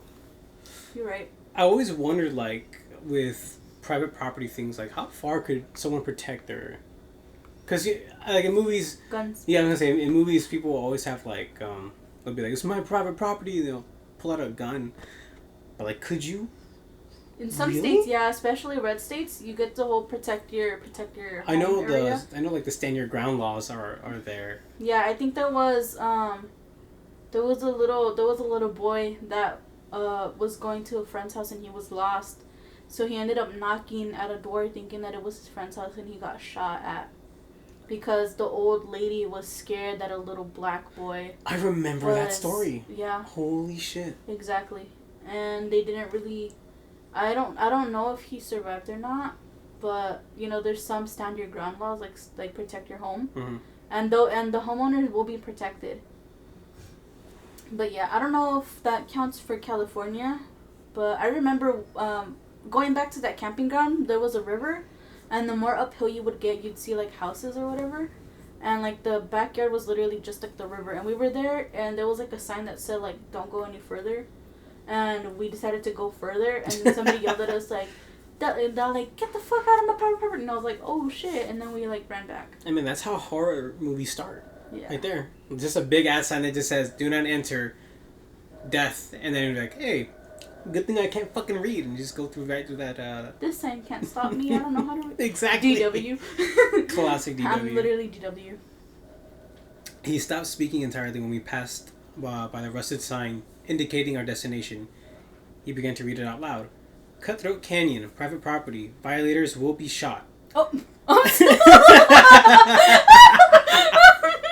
Never mind. I guess that really answers my question. That's great.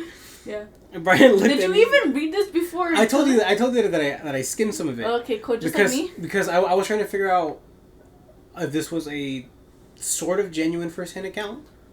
But it was just a story. It's like realistic fiction, like the Titanic movie. Yeah. So I was just like, I can't put this in. So like that's why I didn't read some of it. I know like some parts of it, but I just not all of it.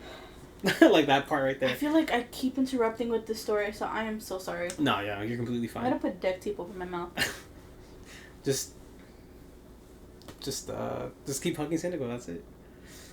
Brian looked at me warily. Are you sure we should be here? I grinned at him. Well, it'll definitely be exciting. Brian made I'm sorry, me trying to impress a guy, I swear to God. Just me. Like, is this really safe? I don't know, but it'll be fun. Yeah, that'll just be me with anybody in general. Like, imagine, it could make a good story. Mm-hmm. Do it now, remember it later. Hashtag sleeping with science. That's the name of their song. Do it now and remember it later. I haven't listened from them in like a long fucking time. Dude, me neither. But it's been ages. I fucking love that song though. Okay, I'm sorry, go back. Brian made a move to speak again. But I was already out of the truck, and I was right about the destination. It was perfect. Brian's worry began to fade away as he walked through the wide strands of cottonwood that lined the small river.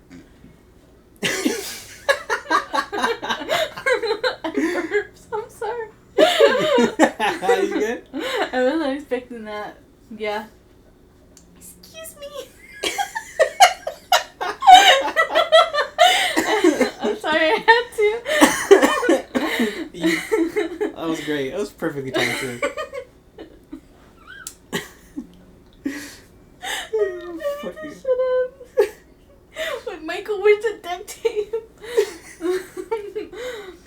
He was downright content as he walked through the Palo Verde and Mesquite. At that time, we reached the canyon, and he was absolutely elated. Elated? Elated, okay. This is incredible, Brian shouted at the open wilderness around him. He gave me a bright smile, and I melted a little bit inside. Aww. Yeah, I know, it's sweet. The day couldn't have been more perfect. Bright blue skies dipped down to meet the fuck? The Orc Canyon walls. My bad. And though the late August temperature was hot, It was not comfortable. It was not uncomfortable, so. Uncomfortably so. My God, I can't read either. We moved over some rocks as we explored the bottom of the canyons. Brian would periodically let out a whoop of surprise and delight at the road runners and lizards that darted among the scrub around us. Whoop, whoop. Exactly. That's exactly what I was thinking of. That's literally me. As the day headed into early afternoon, I began to detect a change in the weather around me. The temperature rose impeccably at first. Okay, Tanjiro. Down. More blatantly, dark clouds gathered around the edge of the canyon, turning the blue skies into a foreboding gray. Let's move to a higher ground for our walk back, I said, trying my best to sound nonchalant. Brian gratefully agreed, and I could see beads of sweat pooling around his brows as he drank from a nearly empty bottle of water. Bottle water.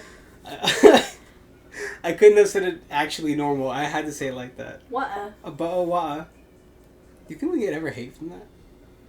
I don't think so. No? Okay. It's okay. They can make fun of us as much as they want. The dirtier the better, yeah? You didn't do the smile. Fuck, I can't believe...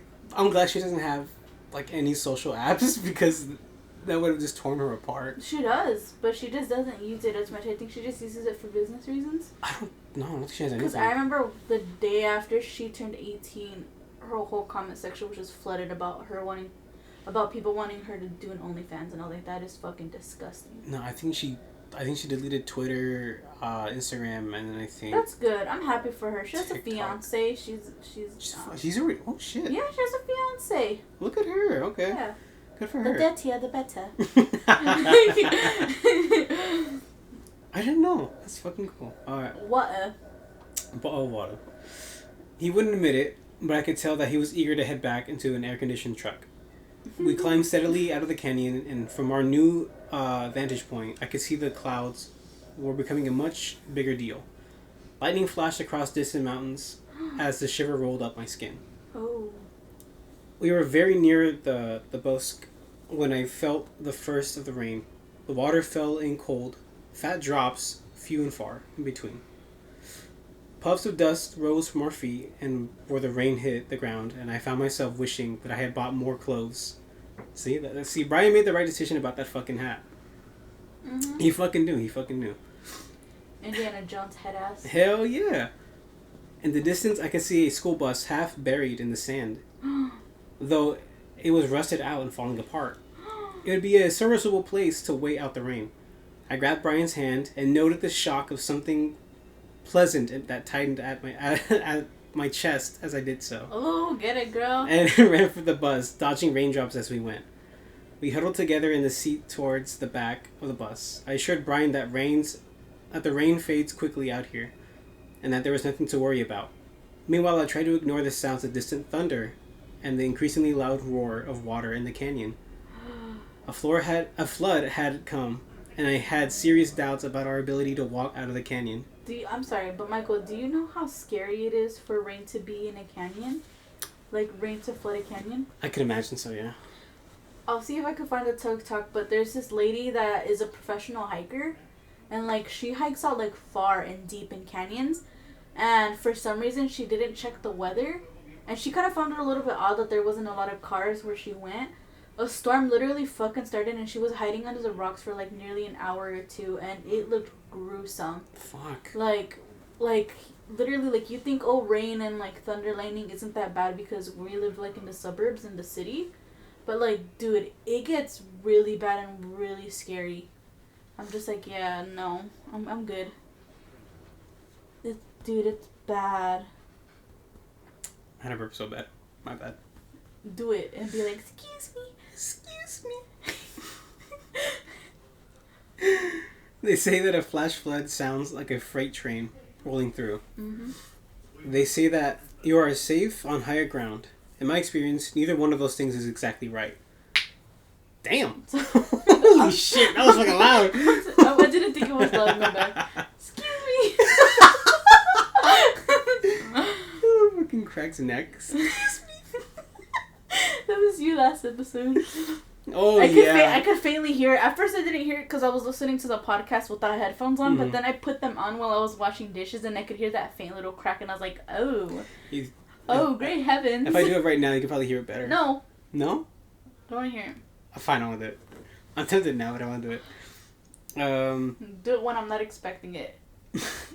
When you least expect it, right? Yeah. The flood, to my ears at least, sounded more like a tornado. A frantic whirl of noise and commotion. Loud for sure, but far less linear than a train. As for higher ground, I can't verify that either. It didn't take long for the water to turn to forceful streams on the tops of the canyon. The bus creaked and groaned as the water washed away the dirt from beneath the flat tires. We held on for as long as we could, but eventually we had to leave the bus to wash into the newborn river below us. We were stuck in the rain. The river had become too high to cross back to my truck, and the canyon was impassable. Impassable. Oh, I don't know why I fucking... filled nearly to its brim with brown-orange water, we trudged unhappily to the nearest tree, a single beacon on the mesa, and hoped that the lightning wouldn't get us. That's... What the fuck? What, you don't know what a mesa is? No. I was like... I lost my place for just a split second. Oh. That's where we were when night fell. The rain had stopped, but the river at the end of the canyon remained swollen. Forceful barriers. Okay. Jesus Christ, the fucking sentence structures. But the river and the canyon remained swollen. Forceful barriers. I hoped that we would be dry enough to sleep through the night without freezing. I thought the cold would be our biggest challenge. I hadn't counted on her. Brian, to his credit, had tried his best to remain upbeat. At first I was like, who's her? La Sucia? And I was like, oh shit, La Llorona. Because I forgot this is a La Llorona story. I was like, who's her? Just some random fucking homeless lady that just passes by. Brian, to his credit, tried his best to remain upbeat. His constant stream of conversation, though slower than the river, still flowed on. We bonded over our childhood television shows and memories of sleepaway camp. We told stories of our weird families and filled the silence with our the fuck would you say this word right here? What the fuck? Right? How do you spell it? Sequiturs? Sequiturs. There you go. What are sequiturs? Conclusion. The conclusion of an inference. Consequence. Oh, it's a consequence. I'm assuming. That's so a conclusion that follows from the premises. That still doesn't make sense to the sentence. Sequitur. An agreement, a conviction, an interference, an opinion, a resolution, and... That still doesn't make sense. None of those... What is it? A non sequitur? Yeah. So a non agreement. Okay, I guess. Kinda. I think she just wanted to sound smart. Leave the author alone. Fuck her. I'm kidding. Meanie. She's out here just trying to get some tail. That's probably why I didn't immediately notice when Brian said, "Hey, who is that lady?" It took me a second to register what he said. Lady? There shouldn't be a lady out here. My eyes followed his outstretched arm to the place where he was pointing. I saw her then. I'm sorry, but that's the first thing you don't do, especially as a white person. You don't point and be like, what is that? But that's what they do. Fucking Brian, man. It's always Brian. It's that fucking hat, man. I saw her then, La Llorona. She stood completely still next to the water. Not even her long white gown moved in the wind. From a distance, probably close to 50 yards, I couldn't make out the details, but I knew it was her. She was wrapped from head to toe in a white and cut. What the fuck? She was wrapped from head to toe in white and cut an imposing figure. Dark hair framed her pale face. A long neck led to an emaciated body. She'll fall into the river, Brian shouted and bolted up from the position on the ground. I reached out to grab him to pull him back to safety. But he was already running towards her. I followed against every instinct screaming in my body. Nah, you should have just let Brian die. These are the actions of your consequences. Wow. Oh no, these are the consequences of your actions. Jesus. Fucking Brian. Fucking Brian. Lairona had her spindly arms outstretched, and as I moved closer, I could see her arms more clearly. She was beautiful. Her eyes were large and dark, comforting does eyes. Damn, now I want to see her. Set into a pale and placid face. I'd be like... Her lips were full and red and unsmiling. Oh.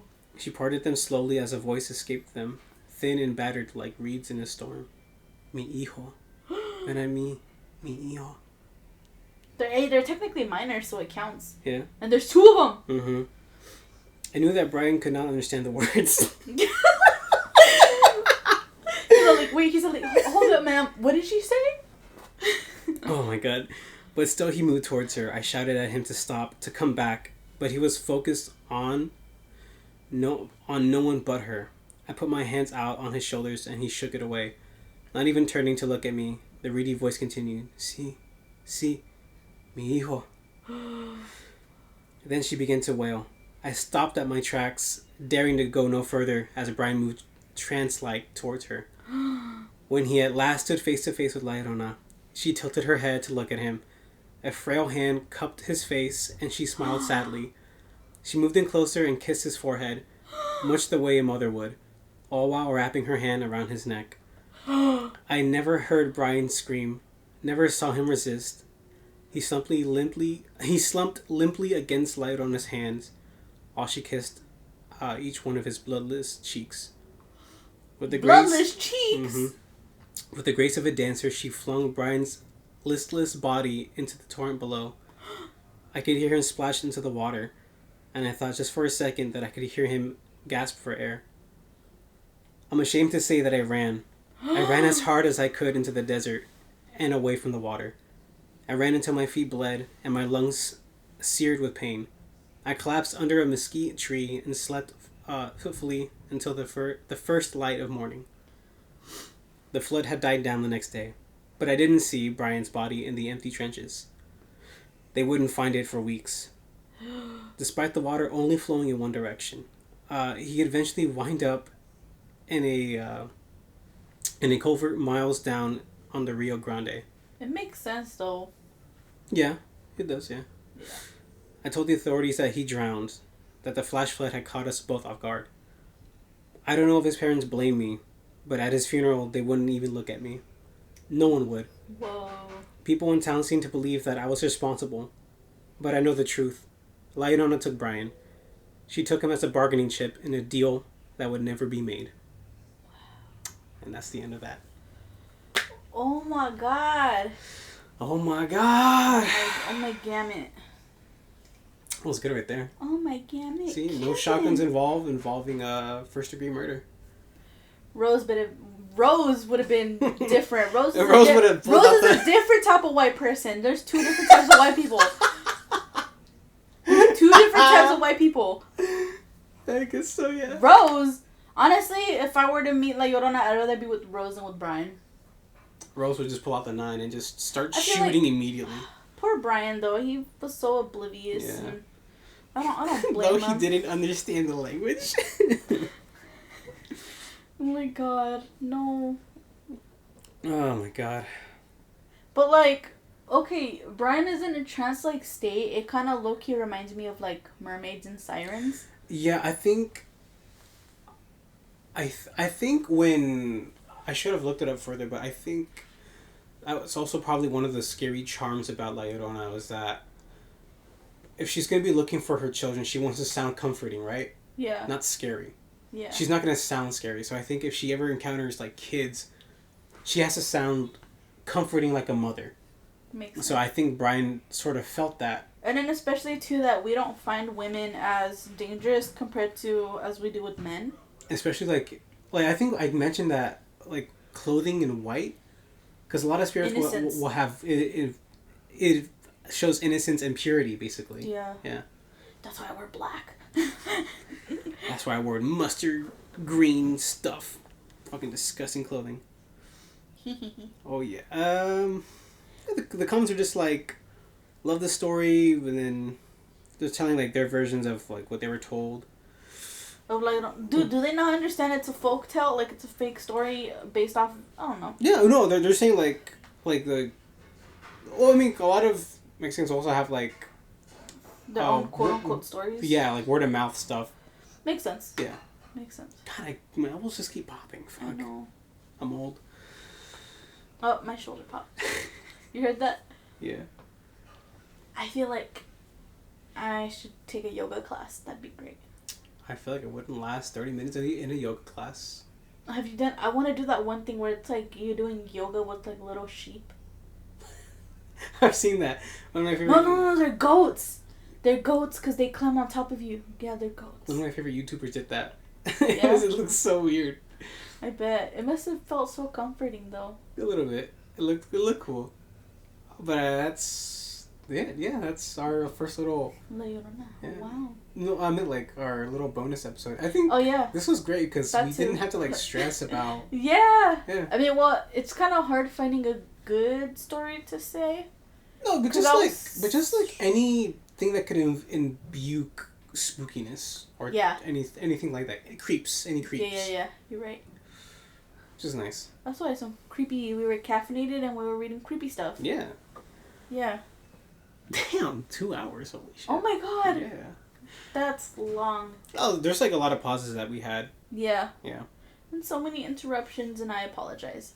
I can't shut up. You're fine. I need to bring duct tape next time. You know what that is? It's the G Fuel. The G Fuel. That's the G Fuel. I can feel myself getting pumped up now. Right? Yeah. I can feel it in my tummy and my heart. Dude. That's why my legs keep shaking. Imagine like drinking that and then going to work at an Amazon warehouse building trailers. Like you get pumped up. Got the chills. Yeah. It's crazy. But I bet. Yeah. Oh boy. But that is going to wrap it up for this little bonus episode. I still don't know what the official title is going to be called. We'll still probably brainstorm about it. Unless like... If not, you can always text us, DM us what it should be. Because we're always down to change it too. Mm-hmm. But until then, this is your co-host, Mr. Butternubs. And this is Ray Coffin. Thank you guys so much for stopping by, listening, or watching. Whoop, whoop. Hopefully you guys finished your coffee, your cup of tea, your energy drink. And we will see you guys in the next episode. Yeah. Tell us if you're Team Brian or Team Rose. That's a good poll. That's a good poll. Yeah. Team Brian or Team Rose? Who would you be with? Team No, not who would you be with, not like that. I meant like in a spooky situation. Yeah. I feel like I'd be more safe with Rose for sure. Yeah. Cause she gets stuff done. She got that shotgun ready, and everything. And then Brian is like, want to be friends with everybody. Timed it all right for real. Yeah, need me a girl who would commit manslaughter for me. Hell yeah.